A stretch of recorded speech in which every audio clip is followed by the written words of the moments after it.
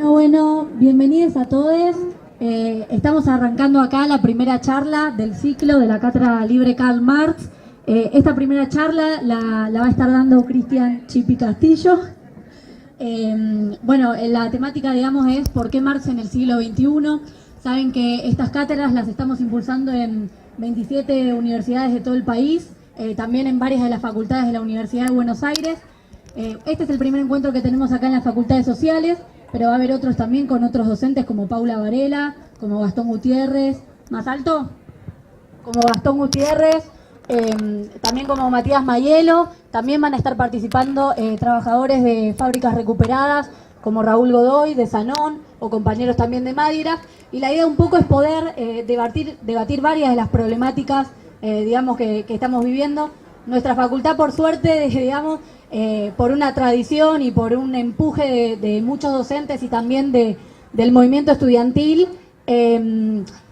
tenemos la tradición de poder discutir los problemas del trabajo, de poder discutir el problema de la opresión, de poder discutir también, por ejemplo, la relación entre el periodismo y la realidad. Bueno, diferentes debates que vamos a abordar un poco acá en la cátedra. Yo, de hecho, esta semana, ¿no?, en la Facu, en algunas de las materias que estuve cursando, hablaron sobre marxismo, sobre, por ejemplo, desde la filosofía, qué es lo que retoma Marx sobre Hegel, o también, por ejemplo, qué vuelta de tuerca le da Marx a la teoría valor-trabajo de la economía política. Pero algo que me quedaba pensando es que todavía falta darle una vuelta de tuerca a eso, ¿no? De decir, bueno, ¿qué de todas esas ideas? ¿Por qué el marxismo tiene actualidad hoy? ¿Por qué nos sirve como una herramienta para transformar la realidad hoy? Eso es un poco lo que queremos debatir hoy. Bueno, va a haber más cátedras, va a haber más encuentros de la cátedra, como les contaba. Vamos a estar pasando una planilla para las y los que se quieran anotar para los próximos encuentros. Va a estar también, vamos a transmitir la cátedra en el suplemento Armas de la Crítica, que es organizado y lo escriben varios compañeros de varias facultades, también de la Juventud Trabajadora. Así que, bueno, un poco eso para invitarlos a todos y para contarles que va a haber más encuentros. Sin más preámbulos, dejo a Cristian Castillo.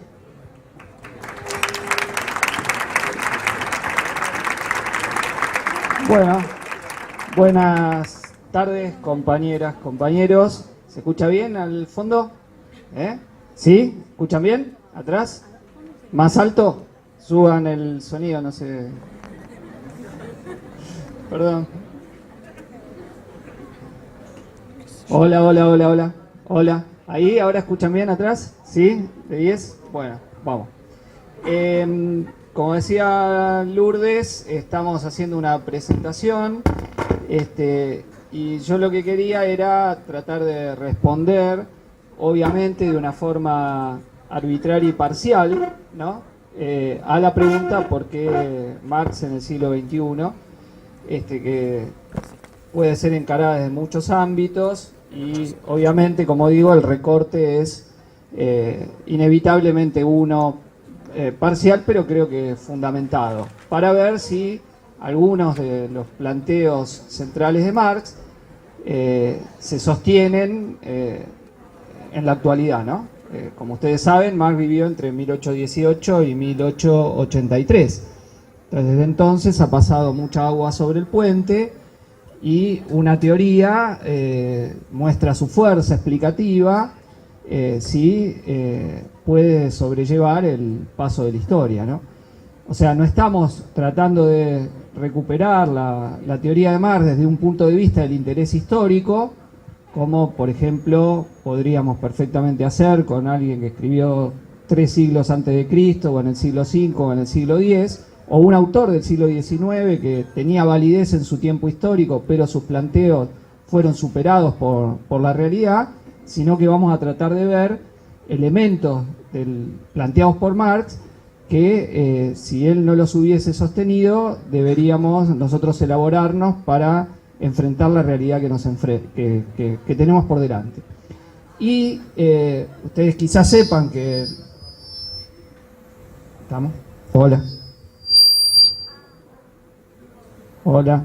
Bueno, que en el manifiesto comunista, ¿no?, empieza diciendo que un fantasma recorre Europa. En realidad los traductores se pelean si es un fantasma o un espectro.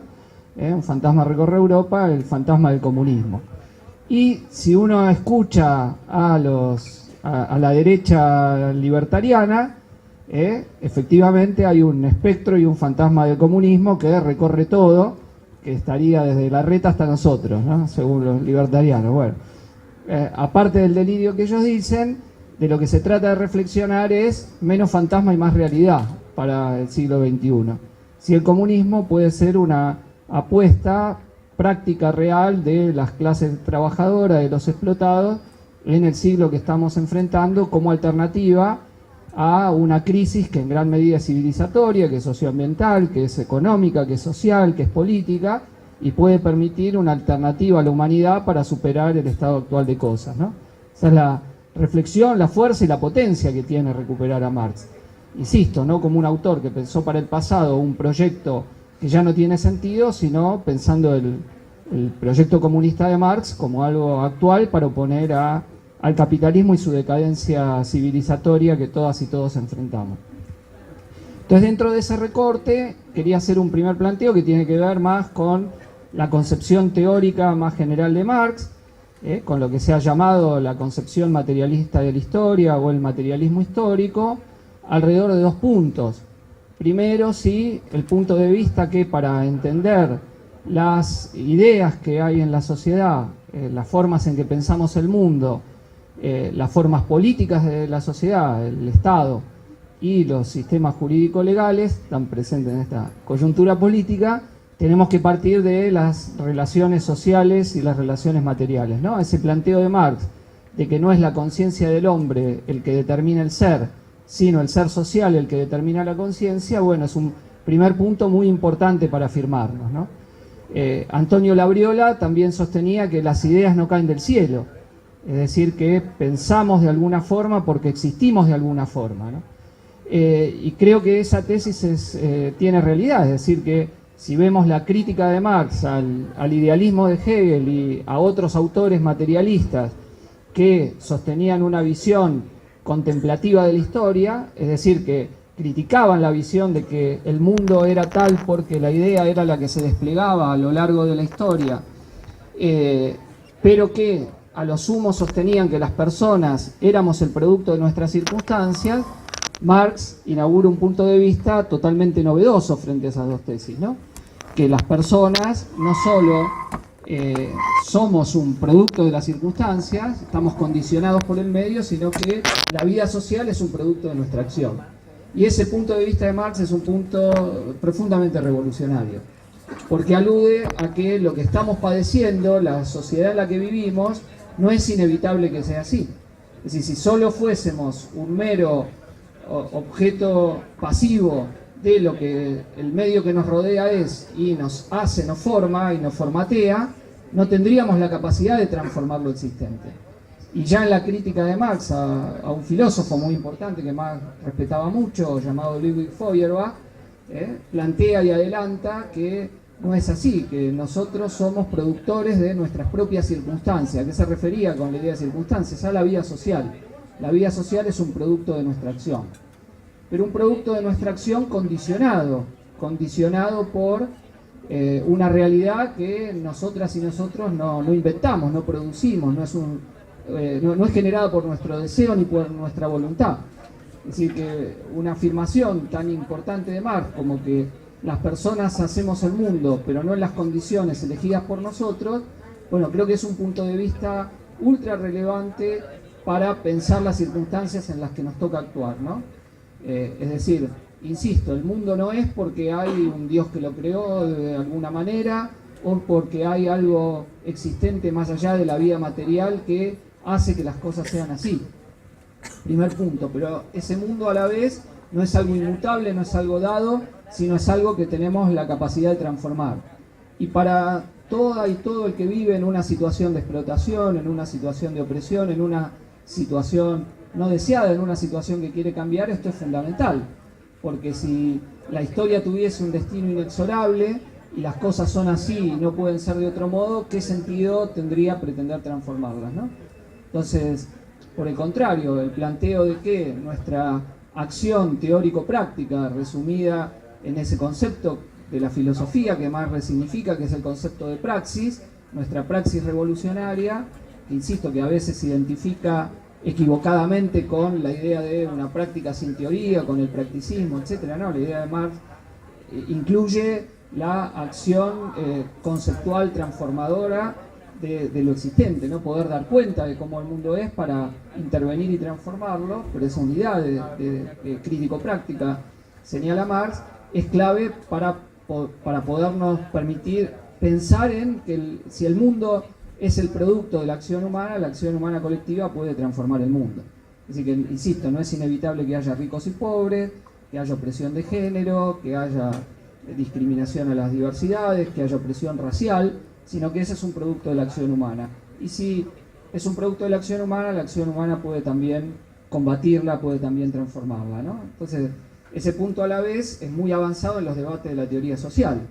¿Para qué? Para no quedar en la idea de que somos individuos que libremente nos movemos y que tenemos la absoluta omnipotencia de hacer lo que querramos, pero también para ver que no somos el juguete de las estructuras y simple expresión de esas, sino que podemos construir colectivamente sujetos con la capacidad de la transformación del mundo, ¿no? Entonces, esa primera idea, insisto, creo que mantiene una enorme potencia, y que la concepción materialista de la historia tenemos que rehabilitar su peso explicativo, su peso teórico para dar cuenta del mundo, a condición que no hagamos una visión mecanicista de la concepción materialista de la historia.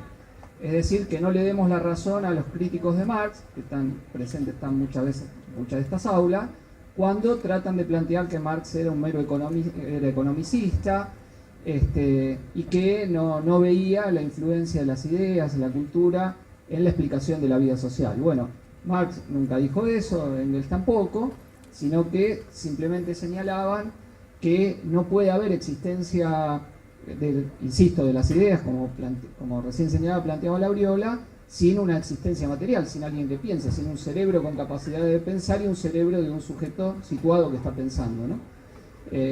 Quizá ustedes hayan escuchado hablar de la famosa metáfora que hace Marx sobre la totalidad social, donde dice que justamente un punto fuerte de Marx es que piensa en términos de totalidad, ¿no? Piensa en la sociedad como una totalidad, no como una suma de fragmentos, ¿no? Que es algo que estuvo muy presente en el pensamiento social contemporáneo alrededor de las tesis del posmodernismo y de otras teorías que al revés presentan lo local, lo fragmentado como aquello a resaltar y desatan la hostilidad contra cualquier pensamiento holístico, contra cualquier pensamiento que parte del todo para entender las partes. Bueno, yo creo que ese es un punto fuerte de Marx, ¿no? Y muchas y muchos de ustedes conocerán que Marx descomponía la realidad social en una base o estructura, lo llamaba él, económico-social, y una superestructura jurídico-político-ideológica.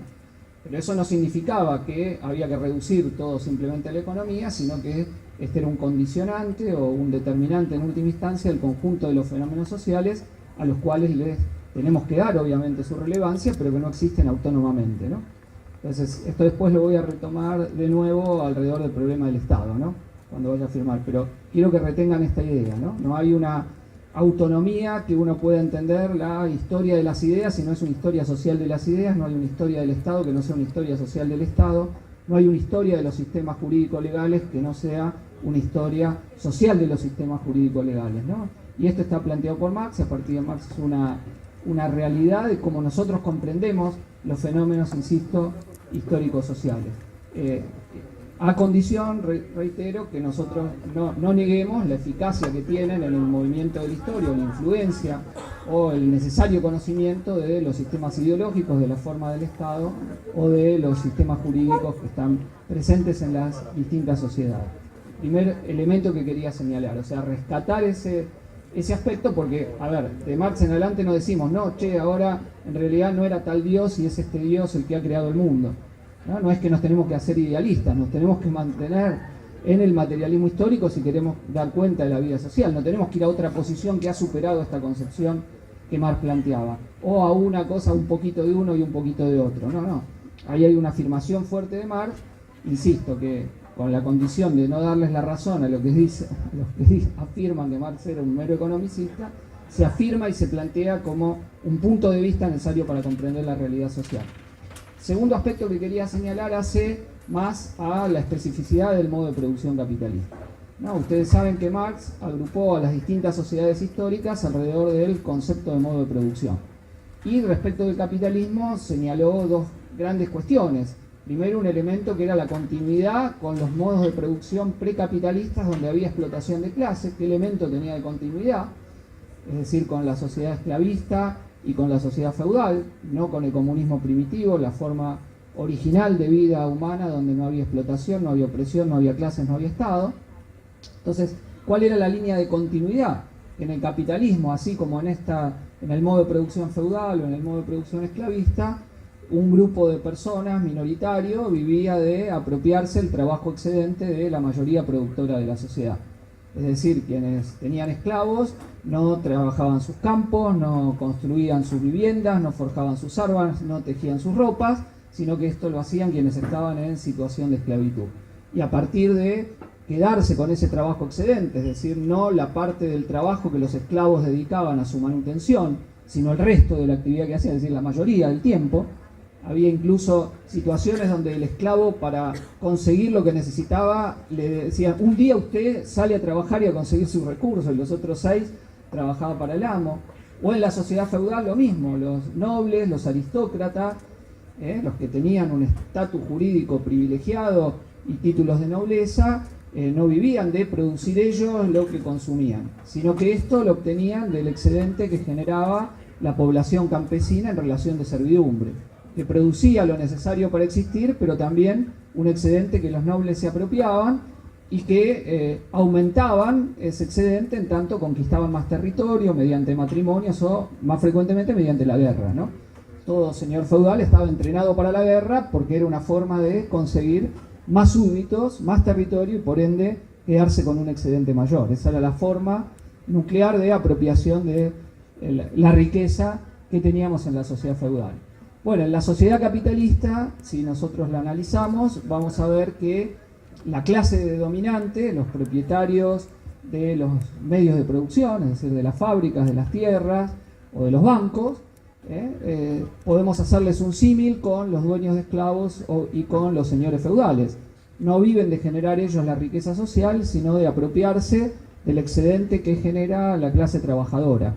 Es decir, de aquellos y aquellas que sin otro medio de subsistencia, sin tierras, sin fábricas, sin bancos, sin propiedad de medios de producción, se ven obligados y obligadas a vender su fuerza de trabajo a cambio de un salario. Es decir, la inmensa mayoría de la sociedad en el mundo que nos rodea. Y este punto me voy a detener porque es muy importante, muy relevante. ¿Qué hay desigualdad social en el capitalismo? Lo veía cualquiera y lo ve cualquiera. Y eso no es un problema teórico decir que hay desigualdad. Los liberales ven que hay desigualdad, solo que explican distinto la desigualdad social. Para ellos, ¿por qué hay desigualdad?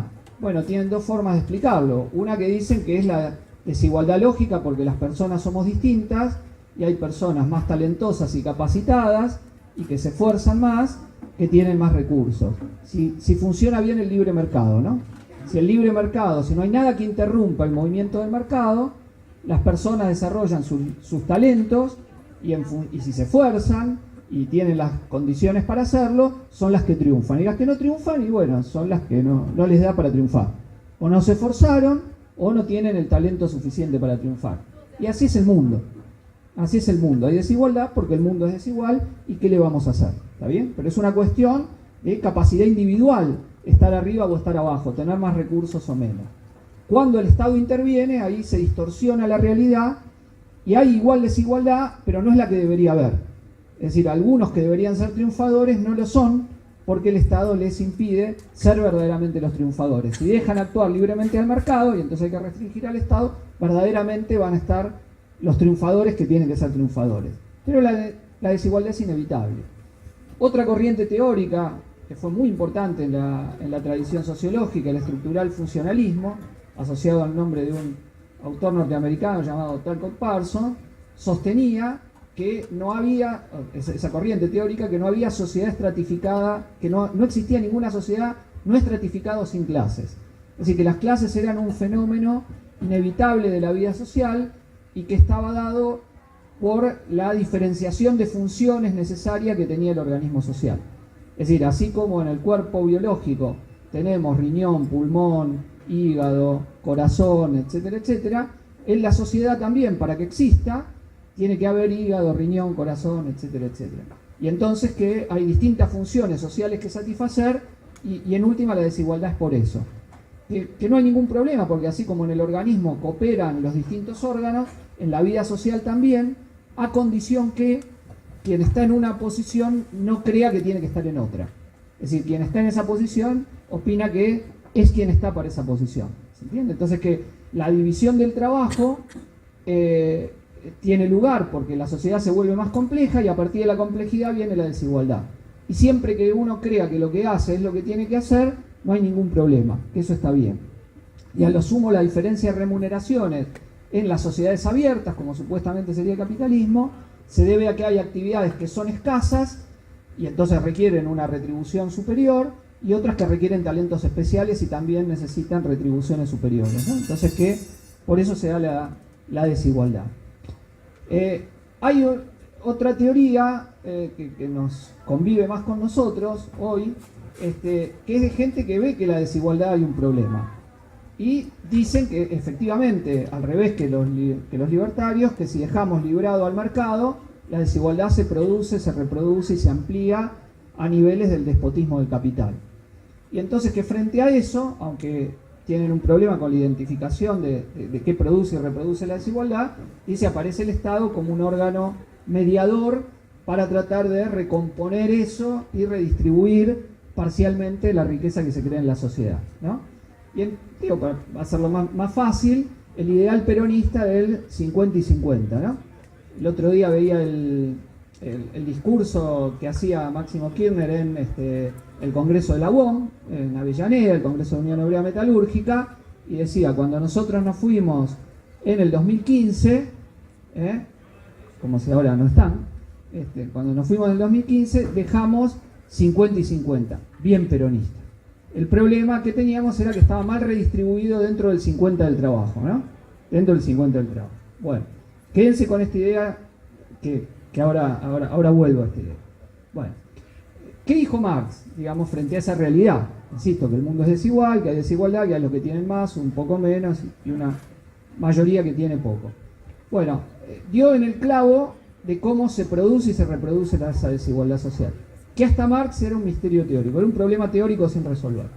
Se habían acercado a plantear algo dos grandes economistas liberales, padres de la economía política, como son Adam Smith y David Ricardo, que decían la riqueza la crea el trabajo. Y elaboran los rudimentos de lo que va a ser la teoría del valor trabajo. Un ángulo de ataque central de los libertarios. Es decir, si algo pegan y discuten y tratan de evitar que lo expliquemos, y si uno está en televisión y trata de usar esos segundos que tiene para decirlo, le hablan encima todo el tiempo porque no quieren que expliquemos algo central para entender cómo funciona la sociedad capitalista, que es una sociedad que es una sociedad de producción generalizada de mercancías, es decir, de bienes que son hechos para el intercambio, que tienen por un lado una utilidad, un valor de uso, pero que las intercambiamos a partir que tienen una medida objetiva común. Es decir, que su valor de cambio está dado por el tiempo de trabajo socialmente necesario para producirlas. Y eso nos permite hacer un intercambio, que existe un intercambio objetivo. Primero en forma de trueque, cosas por cosas, fue en la historia, y luego mediadas por el dinero. Pero que hay una medida objetiva del valor. Y el valor de las cosas, de la silla, la mesa, el parlante, esto, lo que sea, lo que a ustedes se les ocurre, las computadoras, está dado por el tiempo de trabajo socialmente necesario, el promedio social que requiere en un momento dado la producción de una mercancía. Y ahí se genera el intercambio. Bueno, una vez, pero hasta ahí todavía estamos, pero no terminamos de explicar el descubrimiento de Marx, o el hallazgo teórico de Marx. De que cuando la fuerza de trabajo, que es la creadora de valor en nuestra sociedad, en el mundo capitalista, se intercambia por su precio, se vende en el mercado de trabajo, por su salario, el capitalista se está quedando en esa operación de compraventa de fuerza de trabajo con el excedente generado por el trabajador, la trabajadora, con lo que Marx va a llamar la plusvalía, ¿no? Esa palabrita mágica que tenemos que decir en todo lugar que estemos. Es decir, que la ganancia del capital, el enriquecimiento de unos, no viene de su capacidad para el comercio, su talento en el intercambio, sino de su capacidad de apropiarse de la plusvalía generada por la clase trabajadora. Es decir, que cada trabajador, cada trabajadora, cuando entra a laburar una fábrica, cuando entra a trabajar, deja 2, 3 o 4 horas de su trabajo en forma gratuita en manos del empresario capitalista. No sé si habrán visto en algunos programas de televisión que cuando están los tipos de derecha acostumbran decirnos vos porque no sos capitalista, porque no pagás quincena. Bueno, no, yo no exploto obrero, no me quedo con la plusvalía de nadie, está bien, le decimos. Y nos miran raro. No, ¿cómo? ¿Qué plusvalía? Ningún capitalista quiere reconocer que cuando está pagando un salario se está quedando con el trabajo no pago del trabajador. Eso no lo quieren reconocer nunca, porque viene ahí la explicación de que la ganancia de ellos surge de la explotación. Cuando los marxistas decimos que este sistema es un sistema basado en la explotación de hombres y mujeres por parte de otro grupo de hombres y mujeres, simplemente estamos describiendo esta relación en forma científica que se da entre el capital y el trabajo asalariado. Eso es lo que estamos haciendo, describir lo que es. O sea, y piensen ustedes para entender lo que pasa, para entender por qué en un grupo muy pequeño está concentrada cada vez más riqueza social y cómo del otro lado, aunque alguien trabaja 12, 13, 14 horas, apenas llega a fin de mes. O sea que no es el esfuerzo de estar todo el tiempo trabajando. La clase trabajadora labura todo el día y sin embargo apenas llega a fin de mes. El precio de su fuerza de trabajo. Pero en esa jornada laboral genera más, genera un plus. Ese plus valor, esa plusvalía generada por la clase obrera se la apropia el capitalista y esa es la fuente de la ganancia. Bueno, ese secreto del modo de producción en el que estamos es fundamental para entender la sociedad en la cual vivimos. Y ese mecanismo sigue operando en una forma impresionante en el mundo en el que nosotros estamos. Es decir, no es un mecanismo que nos explica el pasado, sino que nos explica el presente. Incluso tenemos formas para verlo en donde esto se da de manera más directa. No sé si hay alguien que trabaja en una app de delivery, entre las compañeras y compañeros que están. ¿Alguien labura en una app de delivery? Compañero Nico acá, con ese escudo grandioso de solo. Bueno, cuando vas a laburar y pedaleás, ¿cuánto sacás por día? En bici, ¿cuánto? ¿Cuánta? 6 horas, luca y media. Bueno, pero de lo que vos generás, ¿cuánto le dejás a la app? ¿Cuánto? Bueno, suponete le dejás otros 1000. Un poco más. Bueno. O sea que, vean la plusvalía directa. Él labura determinada cantidad de horas, una partecita de esas horas le queda para él, otra partecita del coso va directamente para la empresa. Se apropia la plusvalía en una forma abierta y directa. No es la forma encubierta que tiene en general cuando te paga el salario y vos haces lo mismo que hace él, pero solo que no te das cuenta en esa operación que se realiza. ¿Se entiende? Pero es lo mismo. Lo único que acá está más cristalina, si se quiere. Incluso me comentaban compañeros que ya hace un tiempo se da la cuarterización del trabajo. No sé si está bien el título, que es un neologismo que estoy inventando, pero que va en eso, que es que vos, si él tiene una licencia de delivery, como ahora no se consiguen y hay mucha demanda y la empresa no da, él la alquila. Entonces al que va a pedalear, supongamos que él consigue otra changa, pero tiene la cuenta, entonces alguno de ustedes dice, che, dame la cuenta para poder laburar. Bueno, 4 lucas por semana, 16 lucas por mes, te alquilo. Se transforma en un rentista de delivery. ¿Tá? Y aparte la plusvalía de la empresa, o sea, doble plusvalía le sacan. ¿Se entiende más? Bueno, ese es el mecanismo fundamental sobre el cual se estructura el modo de producción capitalista.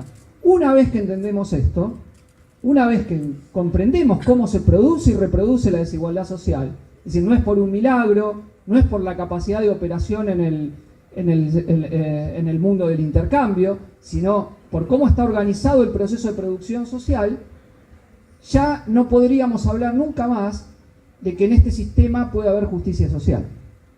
O sea, la idea nuclear sobre la cual se estructura la idea del peronismo de que hay justicia social, sí, de todo lo que se produce, la mitad va para la clase trabajadora y la mitad para la clase capitalista, se derrumba. Ningún marxista puede pensar que en el capitalismo hay justicia social. La explotación es antitética con la idea de justicia social. O sea, salvo que sería como decir que en la esclavitud, en vez de 10 latigazos, te dan 3. ¿Se entiende? Sería una cosa parecida. O sea, ellos discuten el grado de explotación, un poquito de explotación, pero no cuestionan la explotación. Cuando Cristina Fernández dice el capitalismo es el modo más favorable, más mejor de producir riqueza y yo quiero un capitalismo en serio, ganen, no cuestionamos que ganen, porque ellos efectivamente no cuestionan la explotación. Y no cuestionan algo que es sencillo de decir, che, ¿por qué si ellos son el 1% se llevan el 50%?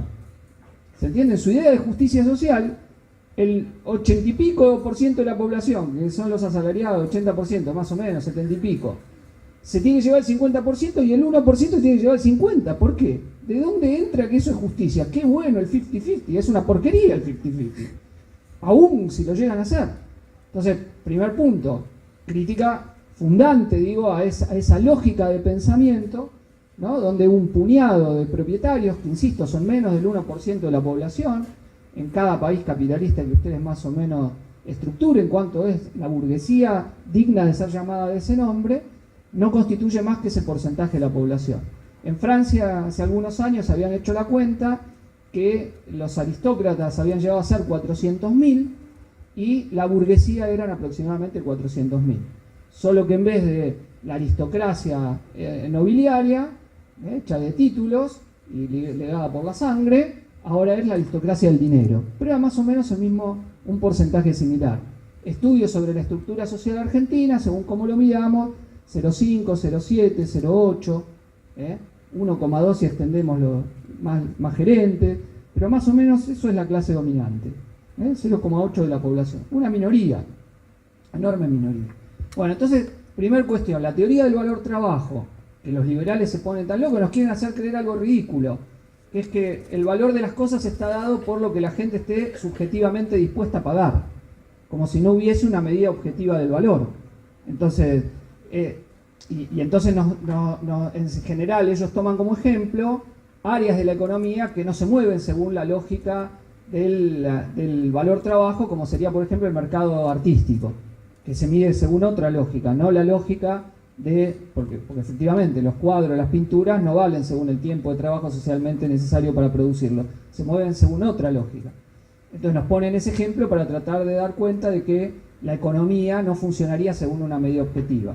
Pero sin embargo, cuando uno ve cómo el aumento de productividad está relacionado con el valor, con la disminución del valor, es decir, si la producción se hace en menos tiempo, el valor de las mercancías disminuye, y eso ha pasado a lo largo de la historia.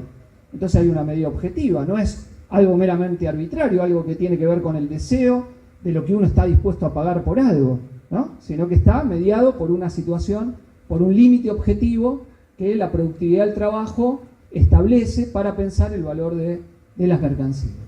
Bueno, entonces, primero esa determinación y luego cómo se genera la desigualdad, insisto. Sin Marx sigue siendo un misterio cómo hay desigualdad. Los que no se ubican como marxistas y tienen que hablar de la desigualdad, ahí dan vuelta. Están entre la teoría meritocrática, otra o la magia. ¿Está bien? Pero no pueden explicar que efectivamente surge de la explotación, ¿no? Surge de la explotación. Otro aspecto muy importante, Marx señalaba y Engels señalan dos grandes contradicciones de capitalismo, ¿no? Vamos a ver qué pasó con esas dos grandes contradicciones, insalvables para el sistema según ellos señalaban. Vamos a ver hoy. Por un lado, decían que hay una gran contradicción entre la planificación rigurosa que el capital hace dentro de la empresa y el resultado de cada capitalista planificando rigurosamente su empresa en el mundo social, que ellos lo llamaban la anarquía de la producción social. Entonces, si uno ve desde que Marx y Engels hicieron este planteo, esto no ha hecho más que profundizarse. Es decir, ninguna empresa internamente se mueve según el criterio sacrosanto del mercado. No es que vos estás en la empresa y decís, che, ¿a cuánto me vendés el tornillo? Te dan el tornillo, bueno, pongo el tornillo acá, y el otro hace lo mismo, etcétera. No. Dentro de la empresa, un monopolio, un oligopolio, planifica hasta el último detalle. Incluso hacen milagros de la planificación, en donde en 6, 7 países operan y al momento tiene que llegar la producción para ensamblar, producir, etcétera, etcétera.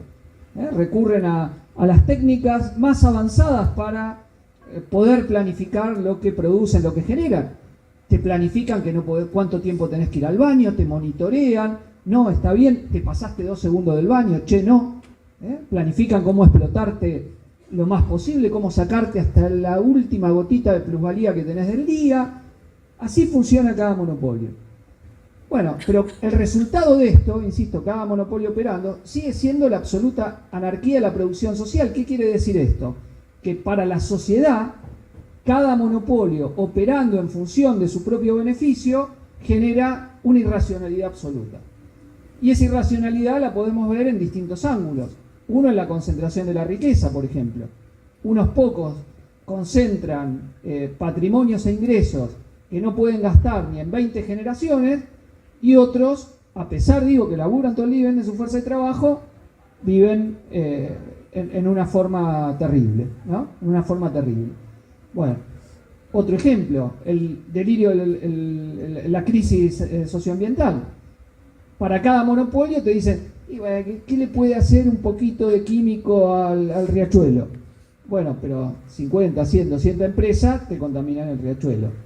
¿Qué le puede hacer un poquito de gases tirados? Bueno, pero cada empresa capitalista, en función de su propio beneficio, sin planificar racionalmente para toda la sociedad, te lleva a una crisis socioambiental como la que estamos viviendo en el mundo. Una crisis climática y socioambiental que, salvo muy poca gente que dice que no tiene que ver con la acción humana, tenemos un consenso científico que es producto de la acción humana, de la época que estamos viviendo, una época donde la acción sobre el medio en el que estamos actuando está llevando a inconsistencias que van a tener consecuencias catastróficas. Ya lo están teniendo.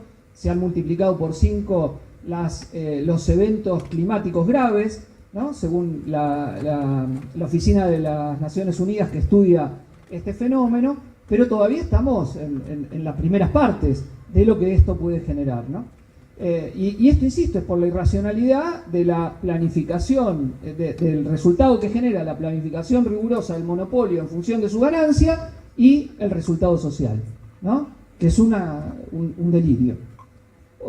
La industria de la construcción. Cada empresa constructora construye para obtener beneficios.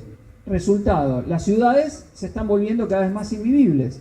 Mientras una porción de la población no puede tener acceso a una vivienda mínimamente digna, hay torres y torres y torres y torres vacías. Y por otro lado, se construyen barrios que ocupan amplísimos territorios donde viven muy pocas personas. Se calcula que ya los barrios privados en el AMBA ocupan 2 ciudades de Buenos Aires, pero con 10 veces menos población. Fíjense lo irracional.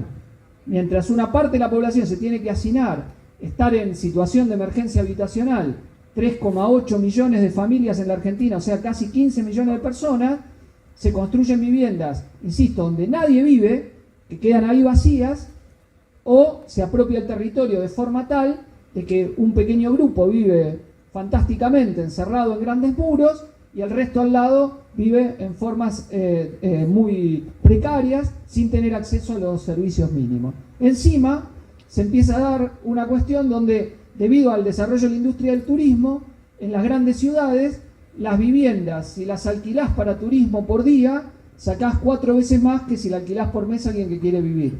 Entonces, el que tiene que alquilar una vivienda para vivir y a la vez no hay crédito hipotecario para la vivienda propia, no puede, y es la crisis de vivienda que estamos estableciendo, y que si ustedes tienen que mudarse ahora y alquilar, es la realidad difícil, dura con la cual se enfrentan. ¿Está bien?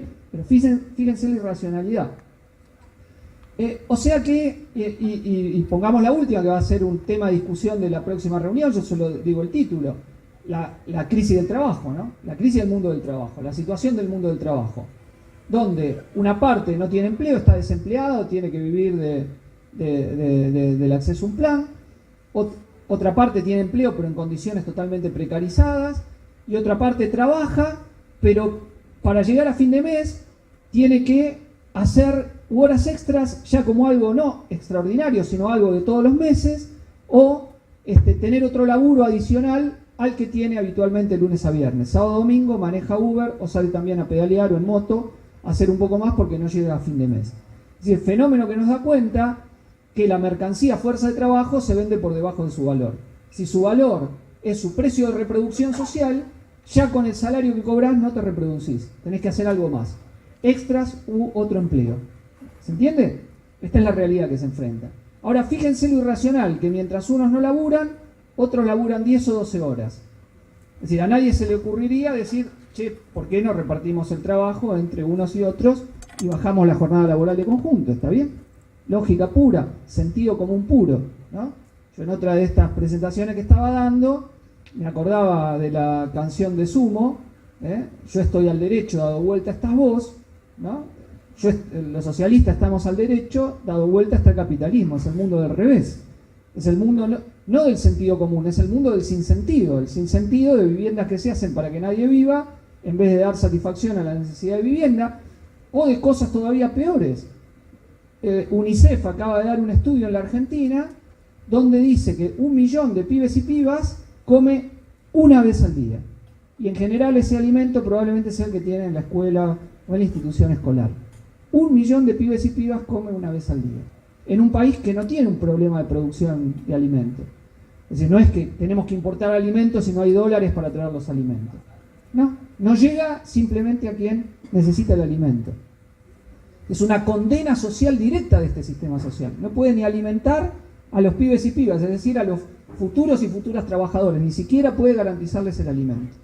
Amén de que a nivel internacional se calcula que el alimento que se tira, hasta la FAO, calcula que es alrededor de un 30% de todo el alimento que se produce. Entonces, fíjense ustedes la paradoja de este sistema social.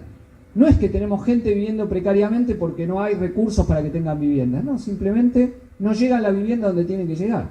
No es que hay hambre porque no hay recursos alimenticios para que la gente coma, sino que el alimento no llega. No es que trabajamos jornadas extenuantes porque no hay condiciones técnicas de producción para que la jornada laboral sea infinitamente menor, sino que estas relaciones sociales lo impiden. John Maynard Keynes había aventurado que con el desarrollo de la productividad en el capitalismo, la jornada laboral iba a ser de 3 horas, no me acuerdo, 2030 decía aproximadamente, creo que señalaba en un famoso escrito, un famoso trabajo. Bueno, ¿por qué se equivocó Keynes y tuvimos razón los marxistas? Porque no es un problema simplemente de la productividad del trabajo. Efectivamente, la productividad del trabajo permitiría reducir enormemente la jornada laboral, en tanto y en cuanto superemos las relaciones de producción capitalista. Es decir, tenía razón Marx y no tenía razón Keynes respecto a la dinámica del capitalismo. Sin revolucionar esas relaciones de producción, sin transformar la propiedad privada en propiedad socializada, propiedad colectiva, las ventajas de los aumentos de la productividad del trabajo no se ven en los cuerpos y en las vidas de la clase trabajadora. ¿Se entiende? Entonces, para los que dicen, yo soy keynesiano, bueno, te equivocaste de teoría, ¿está bien? No explica la realidad, no explica la realidad. Sé keynesiano, pero es como afirmar, yo creo en los dioses griegos, no sé. Es algo que no se ha corroborado empíricamente. Tenía razón Marx y no tenía razón Keynes. Bueno, y a la vez, la otra paradoja, o sea, esta es una contradicción insalvable del capitalismo. El capitalismo no puede planificar toda la producción en forma generalizada. Incluso después de la Segunda Guerra Mundial, la idea de que había que planificar era una idea que los capitalistas tomaban. Decían, nosotros vamos a planificar combinando mercado y Estado mejor que la Unión Soviética. Pero ahora la ideología del capital es que, al revés, niegan que ellos planifican, niegan que planifican en la producción y dicen, es todo libre mercado y cuanto más esté el mercado y menos se meta el Estado mejor. Bueno, la magia, la mano mágica del mercado que va a llevar a la asignación racional de los recursos que nunca ocurre. ¿Está bien? Ellos creen en la magia, la mano mágica, porque no sabía explicar cómo se van las cosas, que es la irracionalidad del mundo que vivimos. Este mundo absolutamente irracional, que insisto, que puede producir hasta una liquidación de la propia vida en el planeta, esperemos que no ocurra, si hacemos la revolución antes, no da satisfacción, digo, a las demandas, a las necesidades sociales, por cómo está estructurada la sociedad, por esa relación capital-trabajo.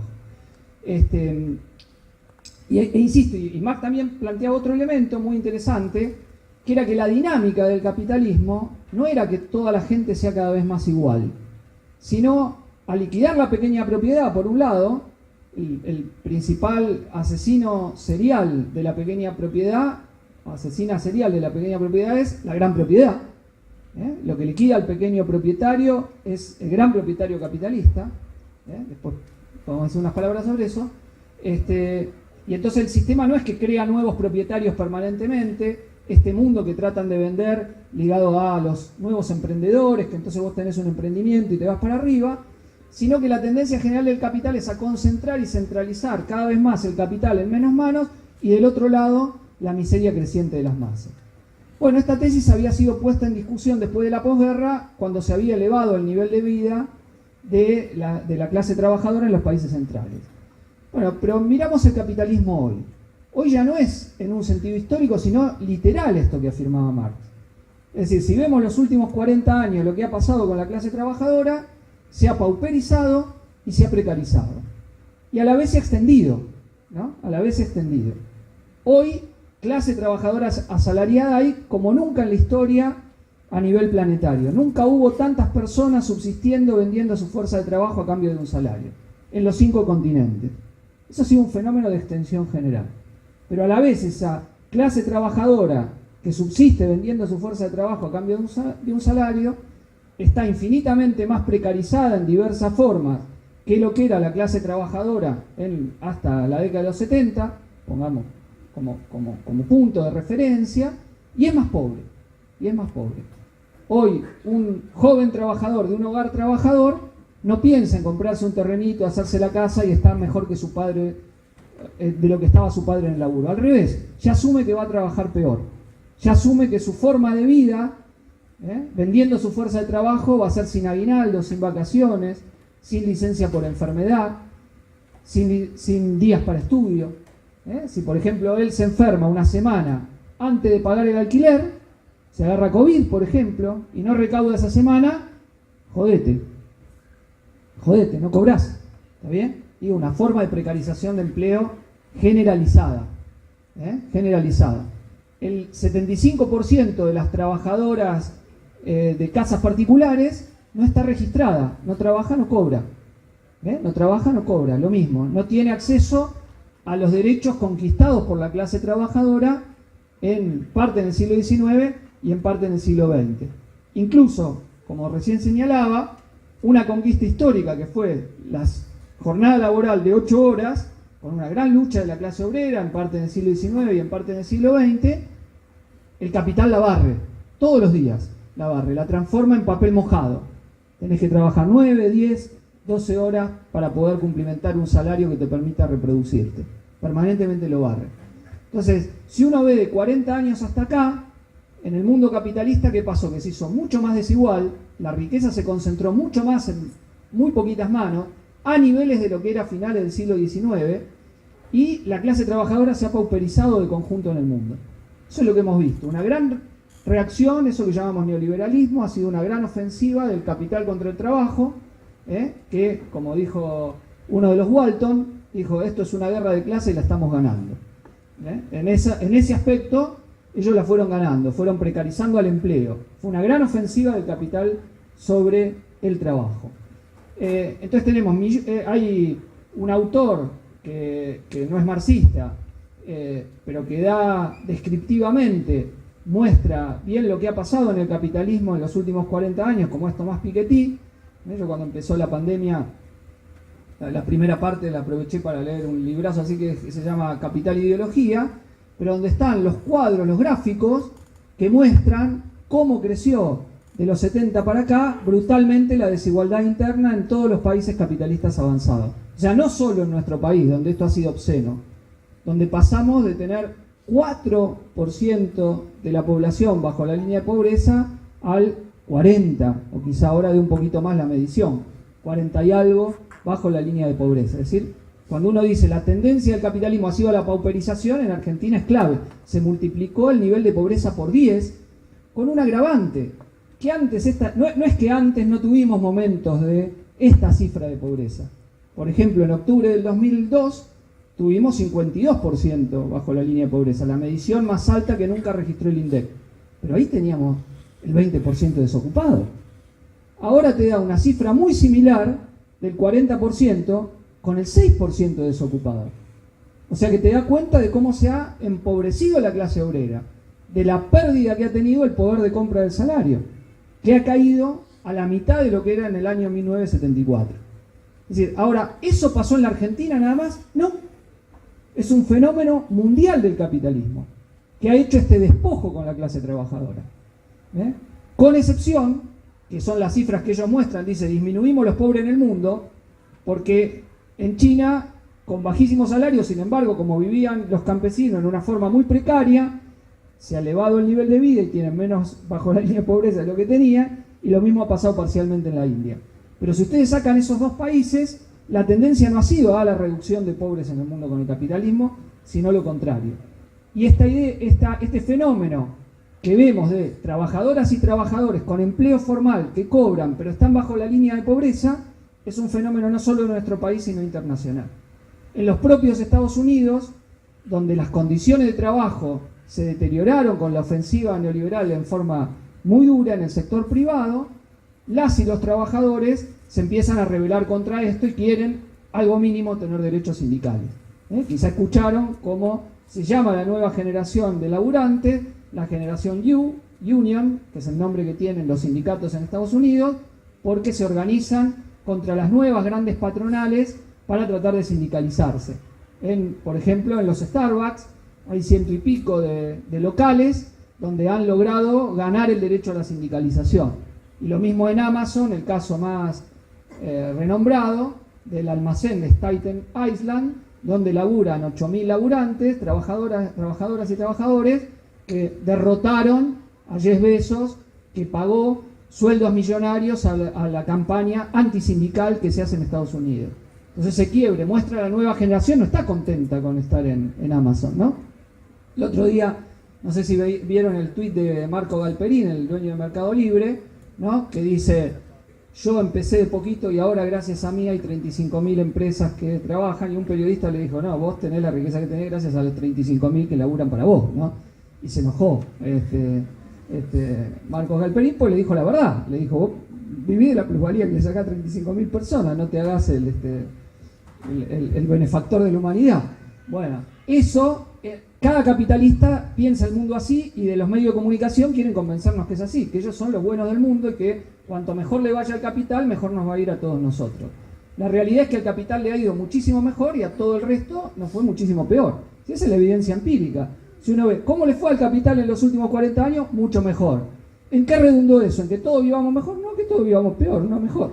Sencillo, datos estructuran y explican la realidad del movimiento del capitalismo, que es la concentración de la riqueza y el... ¿Por qué el capital cedió durante algunas décadas en parte su lugar? Bueno, por la amenaza de la revolución.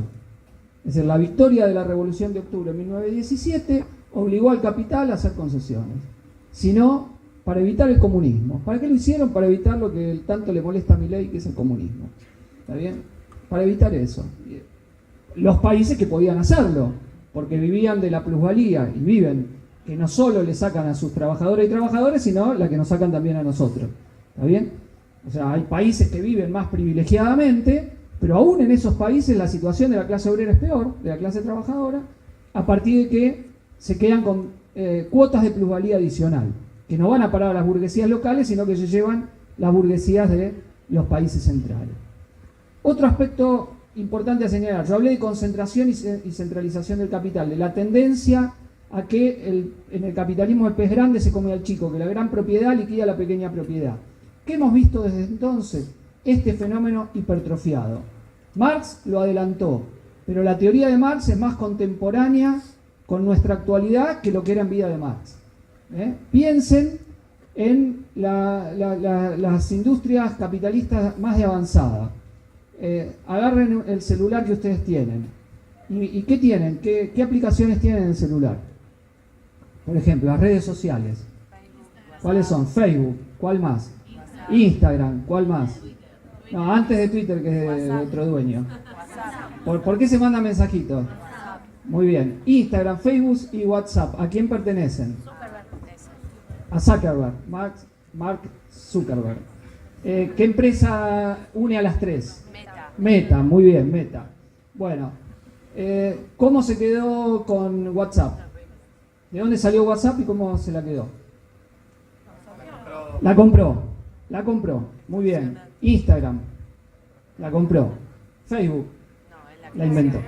Bueno, o sea que de 3 redes sociales distintas, ¿cuál fue la tendencia que operó? A la concentración y centralización de capital, a la monopolización de un área de la economía, ¿correcto? ¿Está bien? Bueno, nuevamente, miren el celular. ¿Qué buscador van? Google, muy bien. ¿Hay muchos? Hay algunos más, pero ¿qué problema te pasa cuando tocas otro? ¿Qué no te funciona?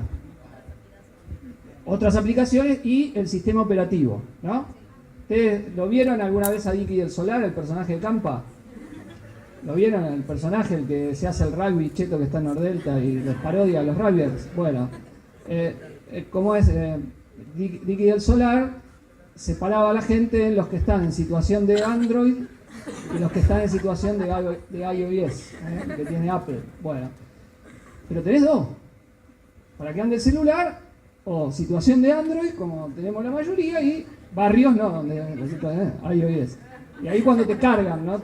Porque en Twitter, si tuiteas, si tenés un iPhone, te sale. Tuiteas de un iPhone, entonces dices, a la izquierda, y tuiteo de iPhone. Bueno, yo tuiteo de Android, por lo menos no he tenido iPhone todavía.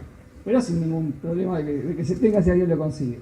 Entonces digo, pero hay dos sistemas operativos. Piensen los millones de celulares que hay en el mundo y hay dos sistemas operativos. Supónganse que ustedes quieren decir, yo voy a ser un emprendedor de sistema operativo. No te dediques a eso. ¿Está bien? No pierdas el tiempo. O quiero sonarlo a Zuckerberg, no pierdas el tiempo. ¿Está bien? ¿Se entiende? El comercio online. A nivel mundial, ¿cuál es la principal compañía? Ya la dije, con ayudita. No, Mercado Libre no es a nivel mundial. Amazon, ¿está bien? Amazon. Mercado Libre hace lo mismo acá que Amazon, pero ¿en qué países? Argentina, Brasil, Uruguay y México. Y tiene ahora creciendo mucho en Brasil. Y hay muchas, ¿no? Hay poquitas que se dedican a eso, que controlan todo el famoso negocio. O sea que las supuestas industrias más modernas, lo que se llama ahora que cotizan en bolsa a un nivel astronómico y por eso se las llama unicornios, que Argentina tiene, están hiper monopolizadas, hiper. Y además se avivaron de que viven de todos nosotros, ¿está bien? Cuando cada cliccito que le damos, en forma gratuita, sin ni siquiera salario, le estamos dando un poquito de plusvalía el amigo Zuckerberg o cosas, le estamos dando nuestro trabajo gratuito. Viven directamente de eso a partir de transformarlo en una necesidad social. Nosotros cada vez que cotiza, sube la acción de Facebook, ¿gracias a quién? A vos y a mí, ¿está bien? Todos colaboramos con sus negocios, ¿está bien?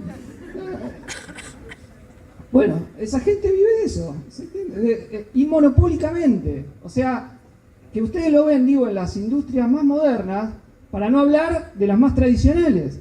Los alimentos, hay 3, 4, 5 jugadores en el mundo. En Argentina, 2 grandes jugadores. Mondelez, extranjera, norteamericana, Arcor, de burguesía argentina, transnacionalizada. 2 grandes jugadores. Se han quedado con todas las marcas casi. Ahora vendió unas a un burgués nacional, le vendió Mondelez una planta al dueño Giorgalos, pero todas empresas capitalistas que antes eran empresas aparte y ahora están. Por ejemplo, el otro día me compraba un paquete de galletitas antes que le pongan el etiquetado frontal, porque después no nos van a dar ganas. Y entonces ahí estaban todas las galletitas que uno de chico comió y eran de empresas distintas, era de Bagle, de Terrabus, y ahora vienen todas juntas en una misma bolsita que se hace en el mismo lugar, en el mismo monopolio que produce todas las galletitas juntas. El burgués Montaña que tenía Terrabuzzi se lo vendió a uno, se lo vendió a otro, se lo vendió a otro, hasta quedar en el actual.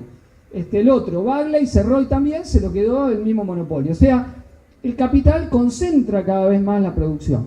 Los aviones. ¿Qué empresas hacen aviones? Boeing, muy bien. ¿De dónde es? De Estados Unidos. ¿Y cuál es la otra gran empresa que hace aviones comerciales? No, comerciales. La otra que en el mundo hace más. Cuando dice aerolínea va a comprar aviones, ¿de qué dos marcas ve? Boeing, ¿no? Pero no fueron nunca en avión. Airbus. La que unió a todas las empresas europeas que producen aviones. Y hay aparte, en Brasil, Embraer, que se pueden comprar, China, los rusos y algunos más. Y nada más. De todos los países del mundo, hay dos grandes que hacen la gran mayoría de los aviones y algunas más un poquito más. Pero es un monopolio terrible. La producción de químicos, automóviles, habrá unas 20, 25, 30 compañías en todo el mundo. Nosotros tenemos como 14 terminales, somos uno de los pocos países donde hay terminales automotrices, pero son poquitísimas. Piensen en los millones de autos que hay en el mundo, ultra concentrados en oligopolio. La exportación de cereales. 7 cerealeras explican el 75-80% de todas las exportaciones de cereales en Argentina. 7 grandes cerealeras, nada más. Es decir, que las tendencias a la concentración del capital las hemos visto hipertrofiadas desde que Marx escribió que la tendencia del capitalismo era la concentración de los monopolios. Totalmente ha pasado la prueba de la historia Karl Marx y no la han pasado lo que decían que el capitalismo cada vez iba a dar más un lugar de un montón de pequeños capitalistas que se iban a decir a los negocios y que se iba a desconcentrar. ¿Está bien? No ha sido. La tendencia es al monopolio, a la centralización, a la concentración y a la liquidación de la pequeña propiedad. Ese es el mundo en el que estamos.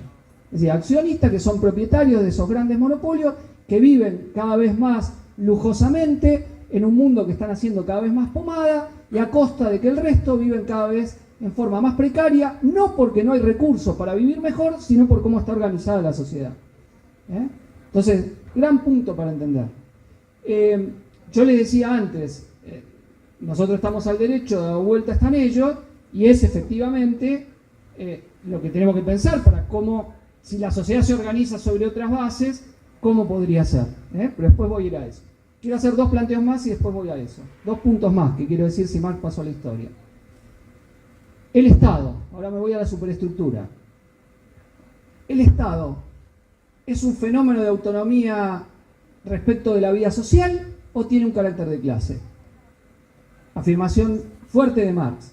El Estado siempre tiene un carácter de clase. Siempre expresa una forma de dominación.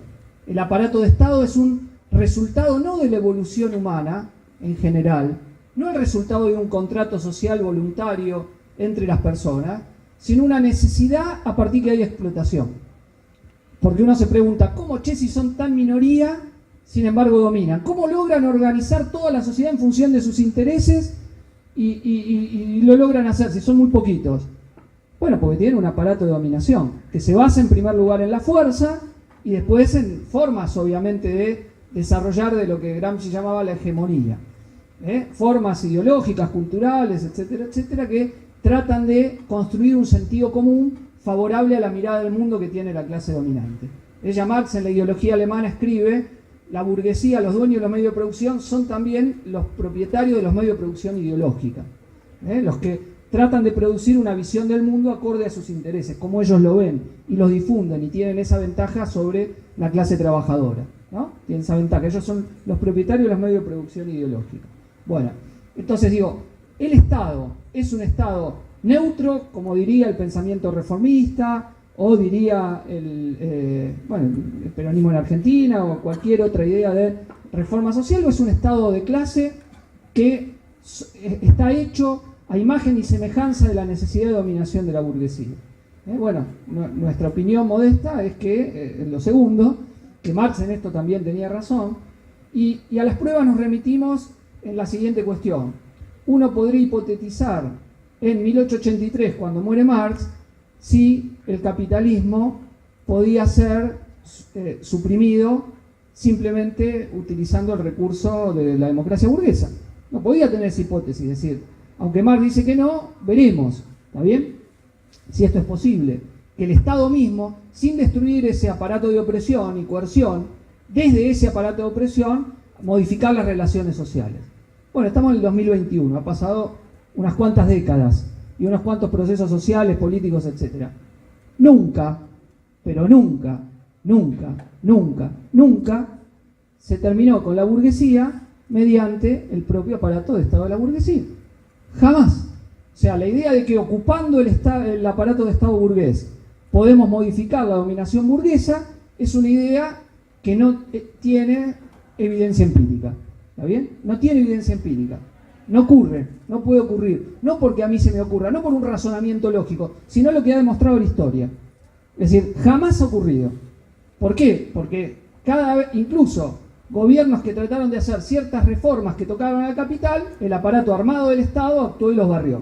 Chile, 1973, golpe de Pinochet, ejemplo más claro. Para tomar a alguien que decía que podía haber una vía pacífica al socialismo, Salvador Allende, y no puede haber vía pacífica al socialismo. Allende fue desmentido con su propio cuerpo, con su propia vida y con la de miles de chilenos y chilenas que fueron aplastados por la contrarrevolución pinochetista. Se demostró que eso es imposible. O sea que el hecho de ser revolucionarios para nosotros no es simplemente algo que se nos ocurre. Es algo que responde de las condiciones propias de dominación del sistema que estamos enfrentando. Es decir, sin quebrar el poder del Estado burgués es imposible reordenar la sociedad sobre otras bases. Es una realidad, somos revolucionarios porque es una definición que la ciencia nos muestra que o sos revolucionario o te adaptás al sistema. No hay otra posibilidad de cambiar el sistema. Nos guste o no nos guste. Trotsky dice en un texto, nos gustaría que pueda ser en forma gradual, pacífica y armoniosa, pero no puede ocurrir. ¿Está bien? Y desde que estuvo Trotsky hubo muchas pruebas que demostraban eso, y también el siglo XX mostró otra cosa, que en ciertas situaciones se le puede arrancar el poder a la burguesía. O sea, no es solo por la negativa, que por la vía de las reformas desde arriba jamás el capitalismo fue suprimido, sino que en ciertas ocasiones el capitalismo fue subvertido por la acción de obreros y campesinos, de la Revolución de Octubre en adelante. Es decir, que el siglo XX, esto que en Marx era una hipótesis, y que Marx había visto algo muy poquito, la Comuna de París, 2 meses, en 1871, marzo-mayo de 1871, durante ese proceso, durante esa guerra civil que se desata en Francia y que termina con 30.000 obreros y obreras comuneros asesinados por la represión, pero había visto las bases para poner en pie un nuevo tipo de Estado, un Estado de las y los trabajadores, un Estado en donde no había un órgano de represión como la policía de la ciudad federal, cualquiera, o el ejército, sino el pueblo en armas, reemplazándolo, donde no había políticos millonarios que cobran como gerentes y que son vitalicios, sino que un diputado, una diputada de la comuna cobraba como un obrero calificado, y de ahí nosotros tomamos esta idea que todo diputado o diputada cobre como un docente, prefigurando lo que decimos que sería un Estado de las y los trabajadores si una revolución social triunfa. Y mecanismos de revocabilidad. Y un sistema en donde los ministros eran los propios diputados de la comuna. Al revés de como es en el capitalismo, que los que deciden son gente que no eligió a nadie. ¿Quién lo eligió a Massa para ser ministro de Economía? ¿Quién lo eligió a Aníbal Fernández para ministro de Seguridad? Bueno, y así podríamos poner. Los que toman las decisiones todos los días son no electos. Y ni hablar el Poder Judicial. Una casta pensada como poder contramayoritario, según la tesis predominante entre los teóricos de la, entre comillas, república, para que los humores de la población, cuando quieren mucha igualdad, decir no, esto es anticonstitucional. ¿Está bien? Todo lo que vaya a favor de la clase obrera es anticonstitucional. El famoso sistema de check and balance del Estado democrático que tanto reivindican los republicanos es un sistema de check and balance contra la clase obrera y sus derechos. Si te toca un presidente muy de izquierda, es anticonstitucional. Si te toca un parlamento muy de izquierda, el presidente lo veta. Es un sistema de vetos en contra de cualquier interés de la clase obrera, el sistema político que está. Bueno, el sistema político que empezó a ponerse en pie durante la Comuna de París era uno muy diverso. Dice Marx, la primera vez que es un Estado de la mayoría para la mayoría y no de la minoría para oprimir a la mayoría. Bueno, pero eso Marx lo vio muy poquito, 2 meses. En el siglo XX vimos la experiencia de la Revolución Rusa, que después se burocratizó, y esa burocratización fue utilizada por los capitalistas para decir el comunismo es un sistema totalitario, ¿no?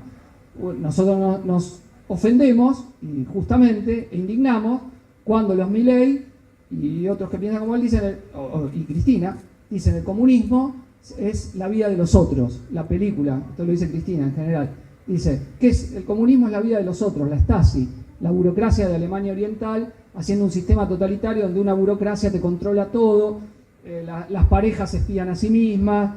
Es decir, la Stasi era una policía política donde casi gran parte de toda la población pertenecía a la Stasi sin saberlo, ¿no? Era la policía política secreta del régimen burocrático de Alemania Oriental, antes de la caída del muro de Berlín. Entonces te dicen, eso es el comunismo. Bueno, eso no es el comunismo. Eso no es el comunismo para Marx. Para Marx, el comunismo era la sociedad donde nos podíamos verdaderamente emancipar, donde el libre desarrollo de cada uno está en conexión con el libre desarrollo de todos y todas, donde lo que hoy solo muy pocos pueden hacer, que es decir, tengo libertad para querer hacer esto o lo otro, sea algo que tenga toda la población, donde el acceso a la ciencia, la cultura, las artes, el esparcimiento pueda ser un patrimonio del conjunto de la población. No a partir de qué lindo que sería, sino de que contamos con recursos para poder pensar esa perspectiva. Bueno, la sociedad más libre que nunca la humanidad ha podido gozar, eso es para nosotros el comunismo, la verdadera libertad. No esto que de ninguna manera es libertad para la gran mayoría de la población. Entonces sí, hacemos bien en ofendernos, indignarnos, porque tenemos que restaurar ese sentido de lo que es el comunismo, de lo que es nuestra lucha. Y cuando pensamos cuando al término emancipación lo queremos asociar con la idea del comunismo, con una sociedad igualitaria socialmente para que todos y todas podamos desarrollar nuestra libre individualidad, que es algo que en esta sociedad no podemos desarrollar más que muy limitadamente, en los pocos espacios que nos dejan las jornadas laborales agotadoras de algo que no queremos hacer, ¿no? Ya en un texto tan temprano como los manuscritos de París, o también llamados manuscritos económico-filosóficos de 1844, Marx decía que el capitalismo transforma esa actividad propiamente humana, que es el trabajo, la capacidad de transformar el mundo que nos rodea, en algo que sentimos como animalizado, ¿no? Nos bestializa el trabajo, es algo que estamos queriendo no hacer. Si ustedes hoy fueron a la oficina y tenían que venir a la facultad, estaban todo el tiempo esperando, che, a ver cuándo termina, un día feriado largo celebran, salvo algunos buchones, pero la gente se alegra cuando el feriado es largo, pone contenta, claro, no quiere estar ahí.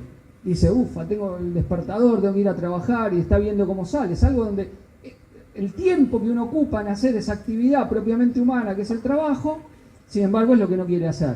Y se siente plenamente humano, después dice, voy a comer, lo que hace cualquier especie, voy a dormir, lo que hace cualquier especie, voy a tener relaciones sexuales, lo que hace cualquier especie. Ese es lo propiamente humano, o sea, aquello que está deshumanizado, lo que nos caracteriza y nos distingue, esa capacidad transformadora del medio que tenemos. Bueno, el comunismo se trata de poner eso que hoy le damos el término de trabajo, que posiblemente vamos a tener que llamarlo de otra manera, porque es un término que deriva de algo feo, que deriva de un instrumento de trabajo que era el tripalium, que usaban los esclavos.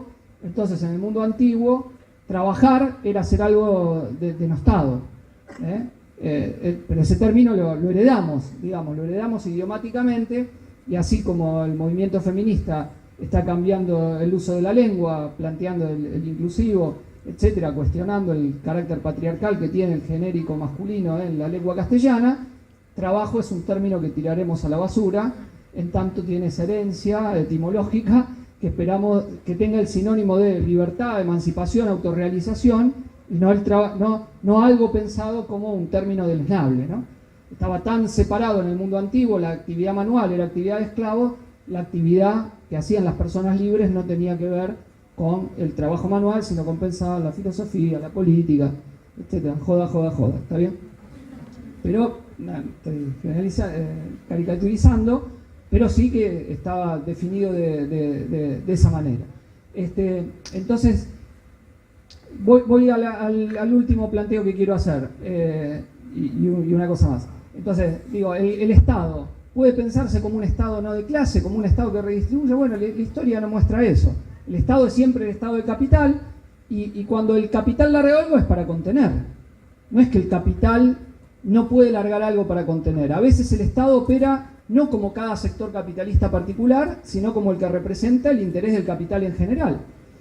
Por ejemplo, yo creo que los liberales están locos cuando se tiran contra los planes de empleo, que les permite contener y evitar que les ocupen los country. Porque uno ve lo que ellos dicen, quieren masas de desheredados que no reciban un centavo ni un peso, ¿y de qué van a vivir? Y en un momento te rebelás y quemás todo. O sea, a la vez que para una parte de la población trabajadora que no recibe empleo es una forma de tener un sustento, Para el capital, ¿por qué lo larga? Porque hay sectores, y dice, bueno, para que no se me vengan encima. Hay otros locos capitalistas que piensan que vos podés hacer todo eso y que no vengan por vos. Es como la clase media, que cree que se puede crear un 40% de pobres y que después su vida va a ser bárbara, no va a tener que poner rejas en las casas, nada. Vos creás millones de pobres que no tienen de qué comer y decís, no tiene consecuencias. No, todo tiene consecuencias. Es decir, esto tiene consecuencias en la degradación de la vida social de conjunto, la descomposición social, en el aumento de la violencia urbana, bueno, en todo lo que se vive, y ellos creen que se puede hacer una cosa sin que ocurra. Bueno, entonces el Estado es estado de clase. No, es intransformable el capitalismo sin una revolución. Marx ya lo había dicho, basado en consideraciones históricas. Ninguna clase se dio sus privilegios. Y en ese sentido, la burguesía ha sido como todas las clases privilegiadas de la historia. Los nobles no se convencieron leyendo a Voltaire, leyendo a Rousseau, a Diderot, a los enciclopedistas del siglo XVIII y dijeron, está mal ser nobles, demos los derechos del hombre y del ciudadano, cedamos.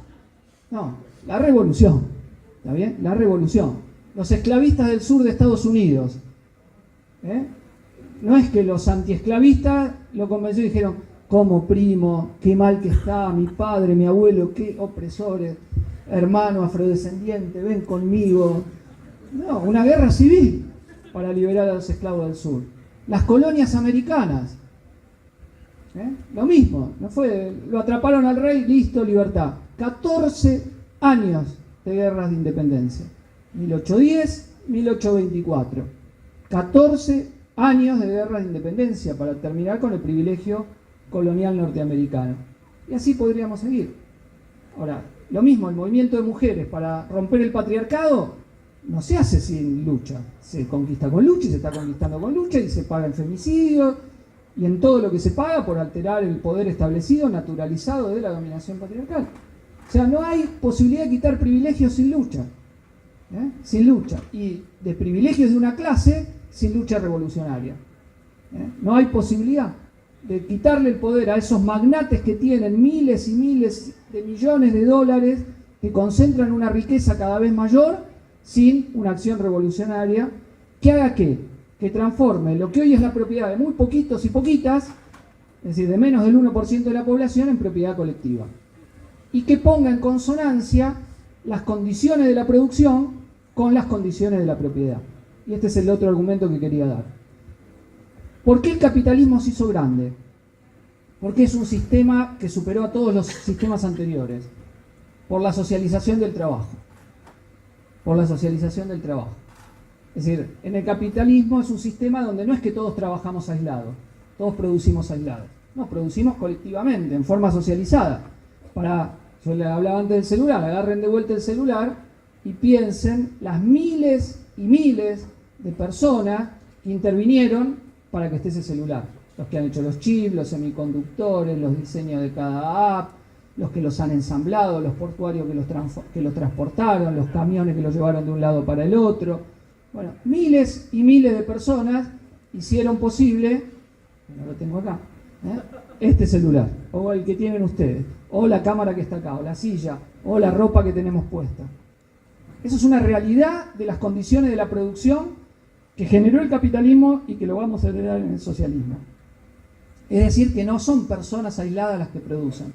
La producción es social, digo, al revés de la idea de los liberales.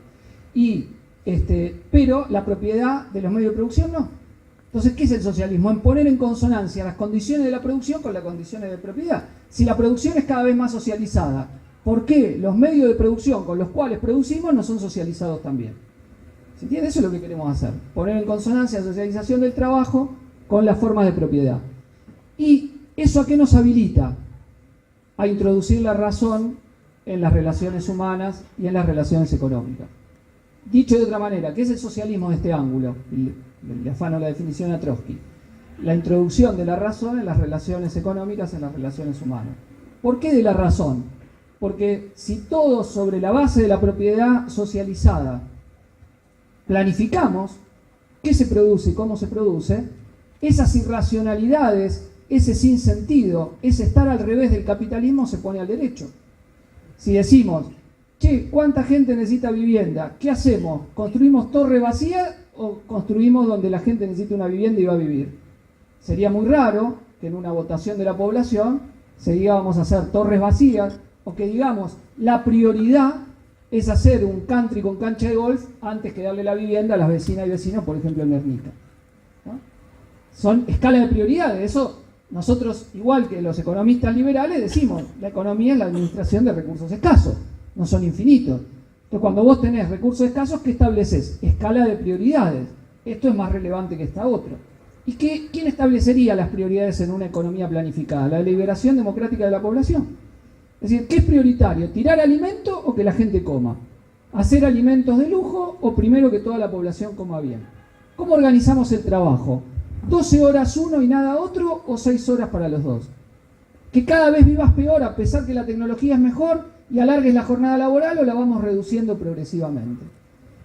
¿Que unos vivan en viviendas lujosas con 5, 6, 7 baños para 4 personas o que por el contrario y otros ni tengan un retrete como va a dar la medición del censo y eso en crecimiento u otros y otras tengan que vivir en la calle o que todo el mundo primero tenga acceso a una vivienda? ¿Ves? Yo creo que el sentido común va en el sentido de lo que nosotros queremos hacer, que el mundo dado vuelta es el mundo de ellos, pero que tratan de transformarlo en sentido común. ¿Y qué es lo que tratan de transformar? Que la propiedad privada es intocable, que está antes que la vida, que está antes que la existencia social hasta mínimamente digna, que consagran las propias constituciones burguesas. La propiedad es lo que no se puede tocar. El derecho de la burguesía es lo primero, y tratan de apoyarse en el que rompiéndose el lomo, consiguió algo y le dicen, no, eso que tenés te lo quieren sacar. No, nosotros a la pequeña burguesía no le queremos sacar nada, salvo que se levanten armas contra el Estado proletario. Si mientras subsiste el Estado proletario, ningún problema, tengan por varias generaciones. Lo que decimos es esa fortuna incalculable de quienes no la van a poder gastar en generación y generación y que impiden el progreso social, que impiden que la población trabajadora viva cada vez mejor, que los progresos de la ciencia y la técnica vayan a que vivamos mejor y no a que vivamos peor. Porque ese de la SAP, que te hace pedalear durante 12 horas al día y que si no haces lo que quieren no te manda los pedidos, te saca el algoritmo, usa la ciencia y la técnica para explotarte mejor, para ver cómo te controlo, para ver cómo te jodo cada vez más y cómo vos sos más disciplinado y un cuerpo dócil a mi necesidad.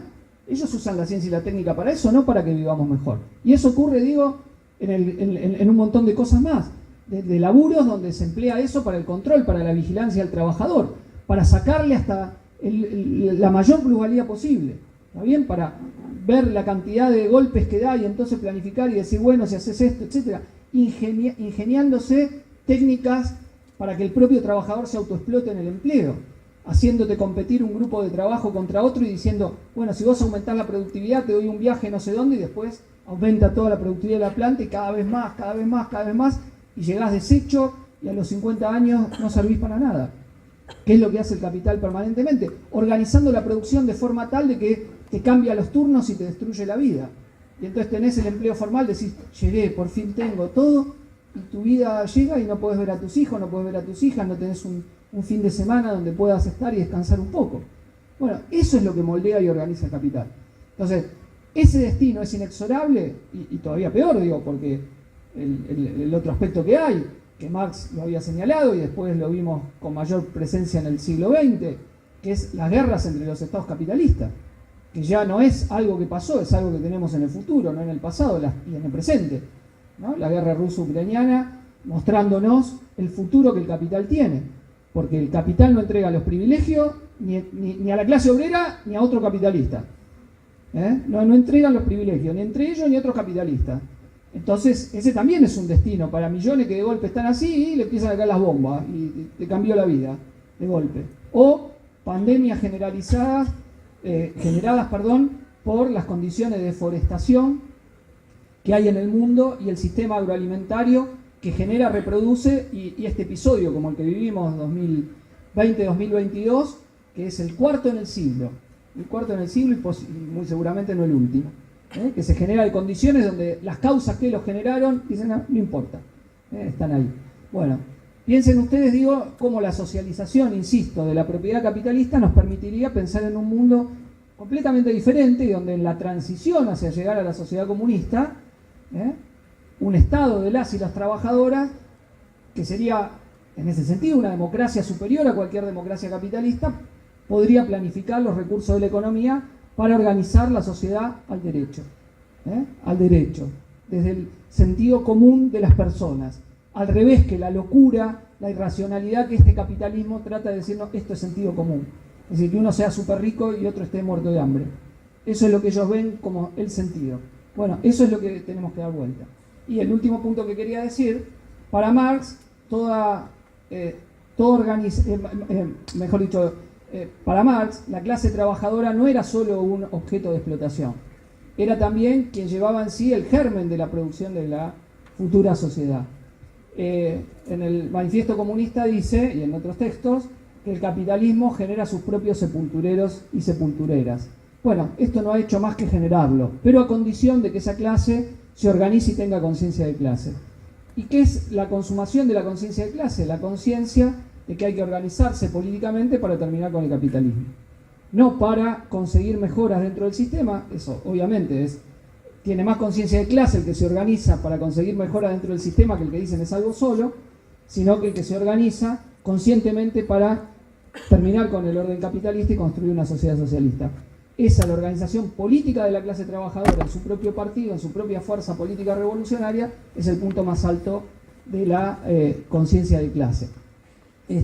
Partiendo, y esto no quería dejar de mencionarlo, de que como los liberales nos tratan de decir y convencer también que, bueno, no sé, pero esto va en contra de la naturaleza humana, esto que quieren hacer ustedes, porque las personas son innatamente egoístas, siempre quieren maximizar sus ganancias y cagar al que tienen al lado, a codazo. Bueno, Marx nos hablaba en algunos textos, hablaba de las Robinsonadas de Ricardo, que era eso, era Robinson Crusoe. No sé, ¿se lee todavía Robinson Crusoe en el colegio? ¿No? ¿Ah? Bueno, no importa. Yo me acuerdo de un librito de cuentos que lo tenía a los 5 años. Lo había visto primero los dibujitos y después lo vi. Un marino que naufraga, supónganse como ahora Náufrago, el de la película esa de hace algunos años, que se cae en una isla, pero supongamos se encuentra con un nativo de la isla, Viernes, a quien lo transforma en su sirviente, ¿no? Entonces David Ricardo, para demostrar que la subjetividad humana inevitablemente tendía a actuar como en la sociedad capitalista, decía, mire, Robinson Crusoe lo que hace lo que cualquiera haría en la sociedad capitalista. Bueno, pero Robinson Crusoe no fue cualquier náufrago, fue un náufrago que venía socializado y con una subjetividad propia de esa sociedad. Si el náufrago hubiese sido de otra cultura, no hubiese hecho lo de Robinson Crusoe. ¿Está bien? Entonces, más lo cargaba David Ricardo, el economista político, y lo llamaba las Robinsonadas de Ricardo, ¿no? Nosotros tendríamos que decir las Robinsonadas de Milei, ¿está bien? Que cree que todos somos individuos, que nos movemos de ese modo, Milei y tantos otros, y el pensamiento económico dominante, y no que estamos condicionados y que nuestra subjetividad depende de las condiciones de vida. Podemos ser tan cooperativos, egoístas, tan solidarios como turros y turras.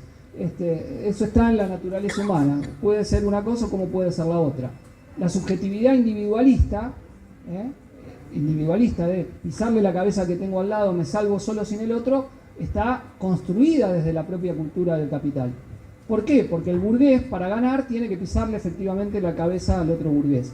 Y por eso, esa cultura, que es la propia que surge de la condición de la competencia capitalista, quieren convencernos que esa es nuestro atributo humano esencial. Y que hagamos lo que hagamos, vamos a ser así. Y eso es falso. Insisto, podemos ser tan individualistas, tan poco solidarios, tan poco cooperativos, como muy cooperativos, muy solidarios y nada individualistas. Todo está en las posibilidades de la naturaleza humana. El trabajador que es individualista se hunde a sí mismo, porque su fuerza depende de la solidaridad con sus compañeros y compañeras. Si el que se quiere salvar solo, hunde es a costa de hundir a su propia clase. Al revés, cuando actúa solidariamente, también la solidaridad surge como valor de la clase obrera de la necesidad. Yo soy fuerte en tanto soy solidario, en tanto estoy con mis compañeros. Si ustedes le van a discutir solo al jefe, no, te dice sí, andá. Si vas colectivamente, te hago un paro, una huelga, etcétera, surge de ahí. Bueno, la posibilidad, insisto, no es una posibilidad antropológica destinada al fracaso pensar en una sociedad colectiva, en la sociedad comunista.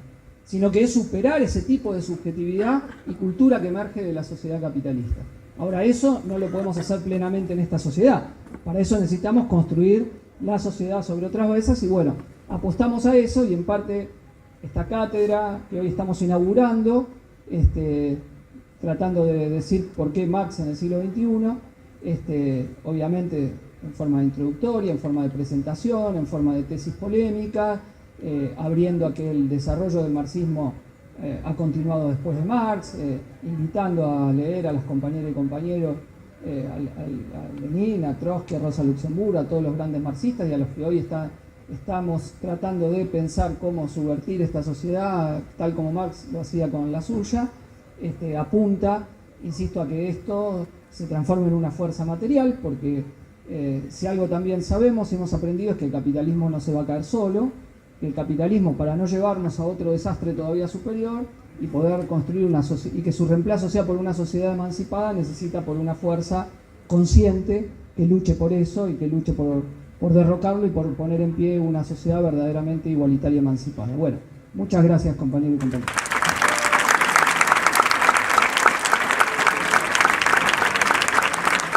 Bueno, tenemos un ratito para preguntas, así que adelante.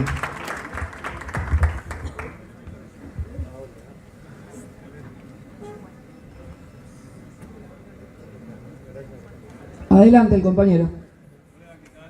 Mi nombre es Emanuel, soy de Ciencia Política. Quería preguntar a corto plazo cuáles serían los mejores sectores de la industria para aplicar la jornada reducida de 6 horas y qué medidas habría que realizar para lograr su aplicación y el respeto por parte de las instituciones de la misma, si por un proyecto de ley, por un acuerdo con el gobierno o con la calle.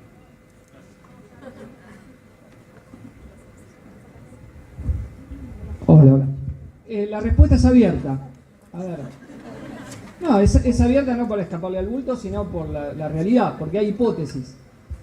La clase trabajadora, por ejemplo, en el siglo XIX, primero consiguió en algunos pocos países un límite a 10 horas de la jornada laboral. Y el capital hizo una enorme campaña. La gente que en esa época era como los economistas que hoy van a la televisión, escribieron, pero escribieron en serio, no es esto no es una caricatura, escribieron libros fundamentando que si se votaba esa ley se hundía toda la sociedad porque la ganancia se hacía en la hora 11. Entonces que nunca se podía poner la jornada de 10 horas. Bueno, se conquistó la jornada de 10 horas. La clase trabajadora empezó una lucha en las últimas décadas del siglo XIX, internacionalmente, con la consigna 8 horas de trabajo, 8 horas de descanso, 8 horas de esparcimiento, ¿no? Los 3 8. Y esa lucha fue una lucha enorme, que llevó a matanzas del capital hacia los obreros, los mártires de Chicago, el 1 de mayo hoy, que sigue siendo jornada de lucha de la clase obrera en todo el mundo, surge a partir de esa pelea de las 8 horas. Los mártires de Chicago eran anarquistas que estaban luchando por eso y que los hicieron pasar como que habían matado a un oficial de policía que los había reprimido, le había tirado una bomba, un juicio falso, fraguado, pero que los lleva a la horca. Y en todo el mundo la consigna de lucha de la clase obrera eran las 8 horas de trabajo. En la Revolución Rusa, una de las grandes demandas era imponer las 8 horas de trabajo con la lucha, y se impuso. Antes de la victoria de los bolcheviques se imponen las 8 horas con la lucha de clase. En algunos países se hacen reformas legislativas que van consiguiendo las 8 horas, a veces modificadas, a veces con subterfugio para negarlo. Un ejemplo, Argentina. 1929 se instaura la jornada de 8 horas, pero con 48 horas semanales. ¿Está bien? O sea, incluyendo el sábado. ¿Bien? De 8 por 5, 40, 8 por 6, 48. Bueno. ¿Cómo las 6 horas? ¿Qué puede dar? Y ahí hay hipótesis, pero siempre dependerá de la capacidad de lucha y organización de la clase obrera. ¿Se logrará imponer en un país con una lucha generalizada, aún en los marcos del capitalismo? Puede ser, no se puede descartar. ¿Se impondrá, como sostenemos nosotros, repartiendo el trabajo, o sea que las horas que se liberan no queden en el aire, sino repartiendo el trabajo entre ocupados y desocupados? Más complicado, ese es lo que nosotros planteamos, lo que está planteado para el debate que hay de la jornada. en algunos países capitalistas empiezan a hacer en áreas muy restringidas de la economía experiencias de trabajo de 4 días o de rebaja parcial de la jornada sin que implica el reparto de trabajo. ¿Se entiende? O sea, y en áreas muy restringidas de la economía, conviviendo con áreas donde se trabaja 12, 14 horas. Plenamente, esto requeriría la organización socialista del trabajo, la planificación racional del trabajo. Pero que si en áreas de la economía puede lograrse, son puntos de avance y de apoyo de la clase obrera. Por ejemplo, acá tenemos un caso donde en un área de la economía de servicios se conquistó con la lucha, que es el subte. Y se crearon 1000 y pico de nuevos puestos de trabajo en el subte. Se consiguió con la lucha de clases. Huelgas, huelgas, huelgas y más huelgas. Primero lo consiguieron para una parte de los trabajadores y luego lo extendieron para todos los trabajadores. Y es más, el subte en su tradición de lucha conquistó algo que fue liquidar todas las tercerizaciones en su momento. O sea, empresas de laburantes que estaban en el subte pero no estaban en el convenio, no pertenecían al plantel. En distintas áreas, limpieza, seguridad, etcétera, etcétera. Y eso se consiguió cuando el sindicato del subte era muy combativo y cuando tuvo todas sus conquistas, que son las 6 horas. Insisto, para todos los trabajadores y trabajadoras. O sea, yo no puedo descartar que un sector de la clase obrera lo tome en sus manos y con la lucha lo imponga y lo conquiste. ¿Se entiende? Ahora, también sé que la tendencia del capital, más allá de empresas muy particulares que lo vean conveniente para aumentar su productividad, al revés, es precarizar más y vender la fuerza de trabajo por debajo de su valor. Esa es la tendencia más general del capitalismo. Vos lo ves, a ver, algo que antes no había era que vos tenías una jornada laboral, llegabas y vivías mejor, vivías peor, pero terminaba la jornada laboral. Hoy es cada vez más común que el laburante, el otro día me tomo un Cabify, ¿no? Estoy hablando con el chofer. Entonces el chofer me dice, no, yo laburo en una empresa de seguros, pero gano 1/3 de lo que yo necesito. Trabajo después los fines de semana y 2 horas más por día, laburo en Cabify. ¿Se entiende? Digo, bueno, otros laburantes lo que hacen es el fin de semana alquilan una cuenta de Rappi, Pedido Ya, y laburan y tratan de hacerse un ingreso complementario porque no llegan a pagar el alquiler, más o menos a tratar de sobrevivir. Y otros hacen jornadas laborales de 11 o 12 horas, no extraordinariamente, sino sistemáticamente. Su vida depende de esa jornada laboral, que ya no es de 8, aunque lo diga el convenio, sino que se ha transformado en 11. Esa es la tendencia más general del capital. Y es más, a buscar formas de eludir hasta la relación laboral, que es lo que se ha llamado la uberización del empleo. O sea que no se asumen como patronales y entonces te niegan los derechos básicos que tiene el empleo formal. Porque la uberización no es trabajo no registrado, es trabajo registrado, pero sin relación laboral. ¿Se entiende? Hay una maniobra que hacen los liberales que dicen lo siguiente en el debate público. Dicen, no hay empleo porque hay convenios y una legislación laboral rígida. Si esa legislación laboral rígida deja de serlo, va a haber mucho empleo. Bueno, esa es la tesis, ¿no? Lo escucharon a Esper, a todos decir eso una y otra vez. Entonces, ¿en qué están pensando ellos cuando dicen que el que está en negro está en blanco? En que todos estén como en Uber. O no como en Uber, demasiado bien, como en Pedido Ya o como en Rappi. Ese es el ideal que tienen ellos. Pero aún es un ideal falso, si lo contrastamos empíricamente. Si ustedes ven, el trabajo no registrado en Argentina es muy desigual. O sea, hay áreas de la economía donde es 0. Y hay áreas de la economía donde es muy alto. O sea, el promedio es 35-37%. Pero es muy desigual. ¿En qué áreas de economía se concentra? Donde los convenios son más flexibles. Donde está en el ideal de los convenios que dicen los liberales. La construcción, 50% de trabajo no registrado. Trabajo doméstico, 75-80% de trabajo no registrado. Trabajo rural, 75% de trabajo no registrado. Si el problema de la informalidad fuese la rigidez del convenio, ahí tendría que dar 120% de trabajo registrado. Y no es la realidad. Entonces, una tesis que contrasta con la realidad empírica de la vida de las y los trabajadores. Que lo que te quieren convencer es de que el ideal que tenés que tener es de trabajar como en las condiciones sin ninguna conquista y convenio laboral, con elementos que son conquista de la clase obrera de su lucha a lo largo de la historia. ¿Tá? Bueno, no sé si más o menos conquista, pero nuestro ideal, a ver, en la sociedad por la que nosotros luchamos, las 6 horas no serán más que el primer escalón para ir reduciendo progresivamente la jornada laboral y tener más tiempo libre, más tiempo disponible para el acceso a la cultura, a las artes, al esparcimiento y a construir una nueva civilización y al ejercicio de la actividad política, porque para poder ser sujetos políticos plenos tenemos que tener tiempo libre. En la idea de planificación de la sociedad, que esto, bueno, después supongo el día de Matías lo va a desarrollar más, y lo del debate sobre el trabajo, la próxima reunión de la cátedra con Gastón y Paula, que por allá atrás los veo, que va a desarrollar el tema del trabajo más, y Matías más el tema de la planificación lo va a discutir más, pero solo para ponerle título, los medios técnicos que hoy contamos hacen muy fácil la planificación democrática de la economía. En un mismo celular o en una computadora podemos mirar las propuestas de planes que hay para organizar la sociedad y deliberar y decidir. O sea, las condiciones técnicas para la organización democrática de una sociedad socialista son infinitas, las afanamos del propio capitalismo. Es decir, vos lo tenés, mirás, ahora para poder opinar a ciencia cierta tenés que tener tiempo disponible, estudiar, pensar, deliberar, no estar 14 horas esclavizado que decís ufa. Eso el capitalismo lo hace, trata de despolitizar la vida de la clase trabajadora. No, la política es otra cosa, al revés, para nosotros la política dejará de ser algo cuando se subsuma en la vida social, será algo de la habitualidad de lo que la gente haga, que en parte a veces lo hace. Nosotros somos una sociedad politizada donde la gente habla de política. Somos una sociedad donde se debate mucho.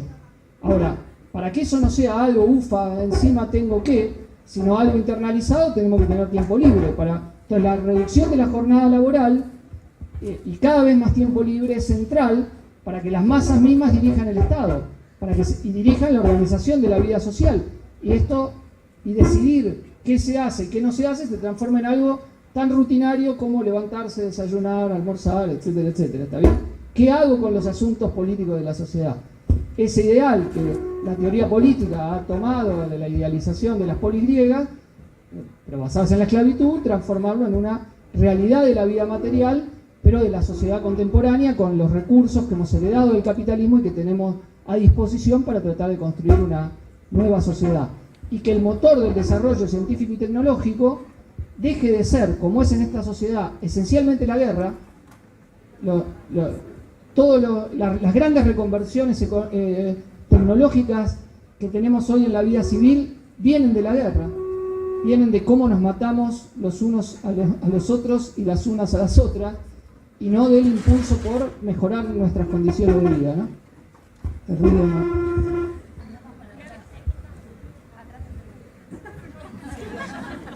Me disciplinó la tecnología, pero no es eso. Bueno, más o menos para responder a algunos de los interrogantes del compañero. Una pregunta más hacemos, si les parece. Sí, dale.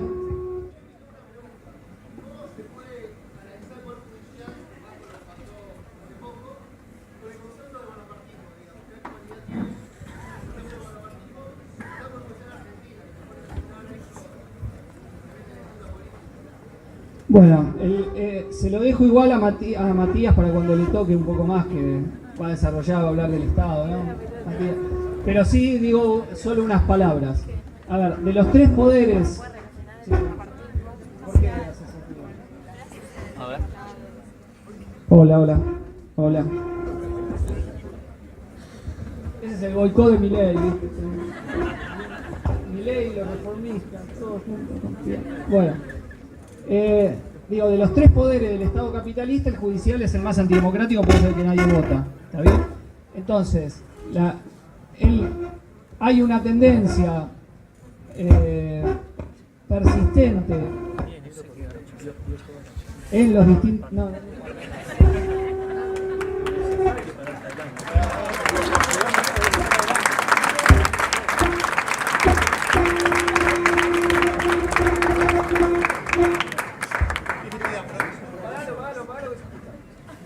Hay una tendencia persistente para tratar de que el poder más antidemocrático de todos se transforme en un árbitro de los asuntos políticos en los distintos países.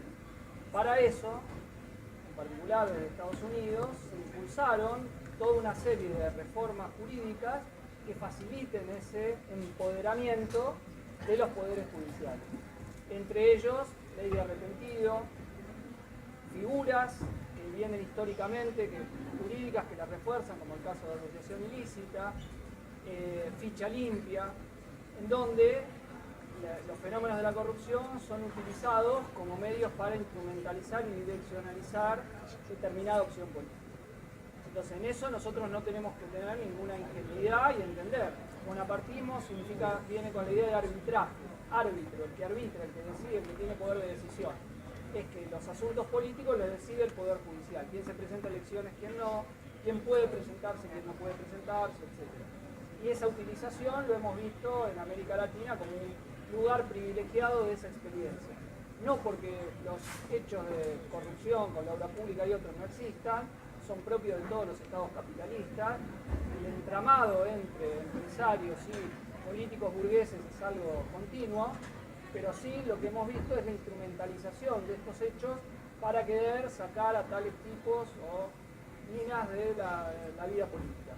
Esa es la realidad que hemos visto y bueno, nosotros atacamos fuertemente a la casta judicial, planteamos la elección directa de las y los jueces, la instrumentalización de los juicios por jurado y volar por el aire todo ese régimen que instrumentaliza, insisto, un poder que está al servicio de, así si el Estado es de clase, la justicia siempre es de clase.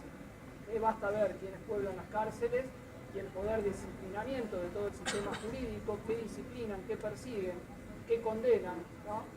Queda a la vista. Y además por una lógica donde el empobrecimiento de la población se achaca a un fenómeno marginal, como es efectivamente la corrupción política, y no a la explotación capitalista.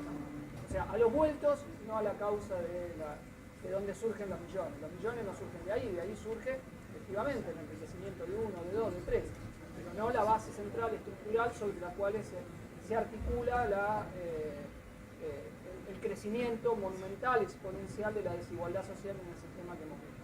Esto no quiere decir que no cuestionemos y pongamos en discusión esos hechos donde uno viene, curra, se enriquece, etc. Pero no tenemos que tener ninguna ingenuidad respecto de cómo se utiliza y por eso, digo, en lo más conjuntural reciente nos hemos opuesto al juez Luciani y a su alegato en cuanto a Cristina Fernández, no porque no haya responsabilidad política en los hechos de corrupción, sino porque le negamos, digo, por el carácter parcial que tiene, parcial en el sentido de jueces direccionados, amigos de la oposición política en este caso, los que jugaban al fútbol los abrojos, y parcial por el recorte que se hace de los mismos hechos, donde son excluidos del entramado los propios empresarios macristas y el conjunto del sistema de corrupción política que está presente, ¿no?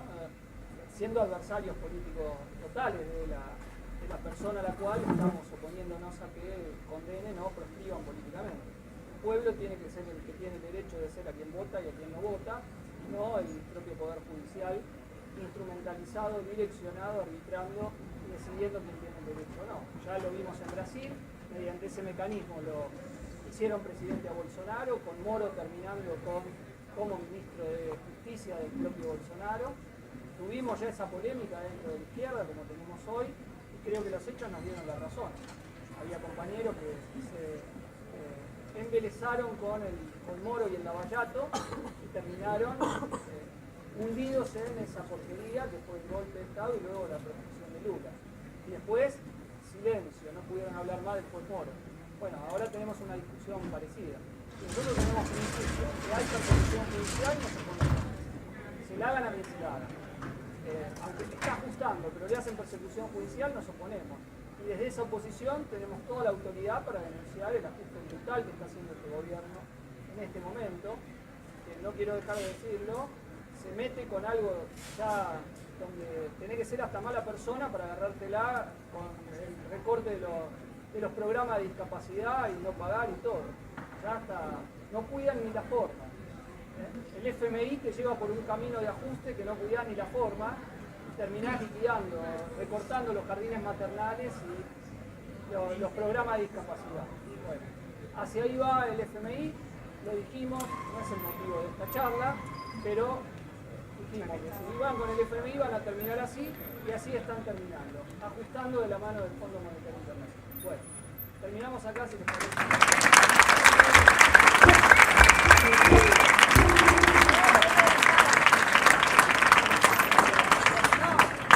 Las otras charlas. Lean las otras charlas, por favor. Eso. Les queríamos proponer algunas cosas. La primera, que se sumen al próximo encuentro de la cátedra que vamos a hacer el martes que viene, que es con Paula Varela y Gastón Gutiérrez, que están por allá atrás, que va a abordar el problema de la crisis del trabajo. Recomendados, son compañeros especialistas en el tema, así que nos hace presente. Bueno, va a ser el martes que viene a las 7 de la tarde. Después queríamos hacerles una propuesta de sacarnos una foto en apoyo al paro docente que va a haber. Hola. Me olvidé decir, mañana estamos de paro y clases públicas, acá los docentes en la Facultad de Sociales, así que pero necesitamos que para las compañeras y compañeros que son de Sociales, que nos den una mano para poder instrumentalizar el escenario de las clases públicas. Esto es, si no llueve, cortar la calle, poner los bancos en la calle, y si no, acá en algún lugar donde no nos caiga el agua encima. Así que pedimos el apoyo de la Cátedra Libre para poder hacer las clases públicas que ya están organizadas de la gremial docente de la facultad, y mañana poder hacer esa jornada de visibilización de la pelea por el salario de los docentes universitarios.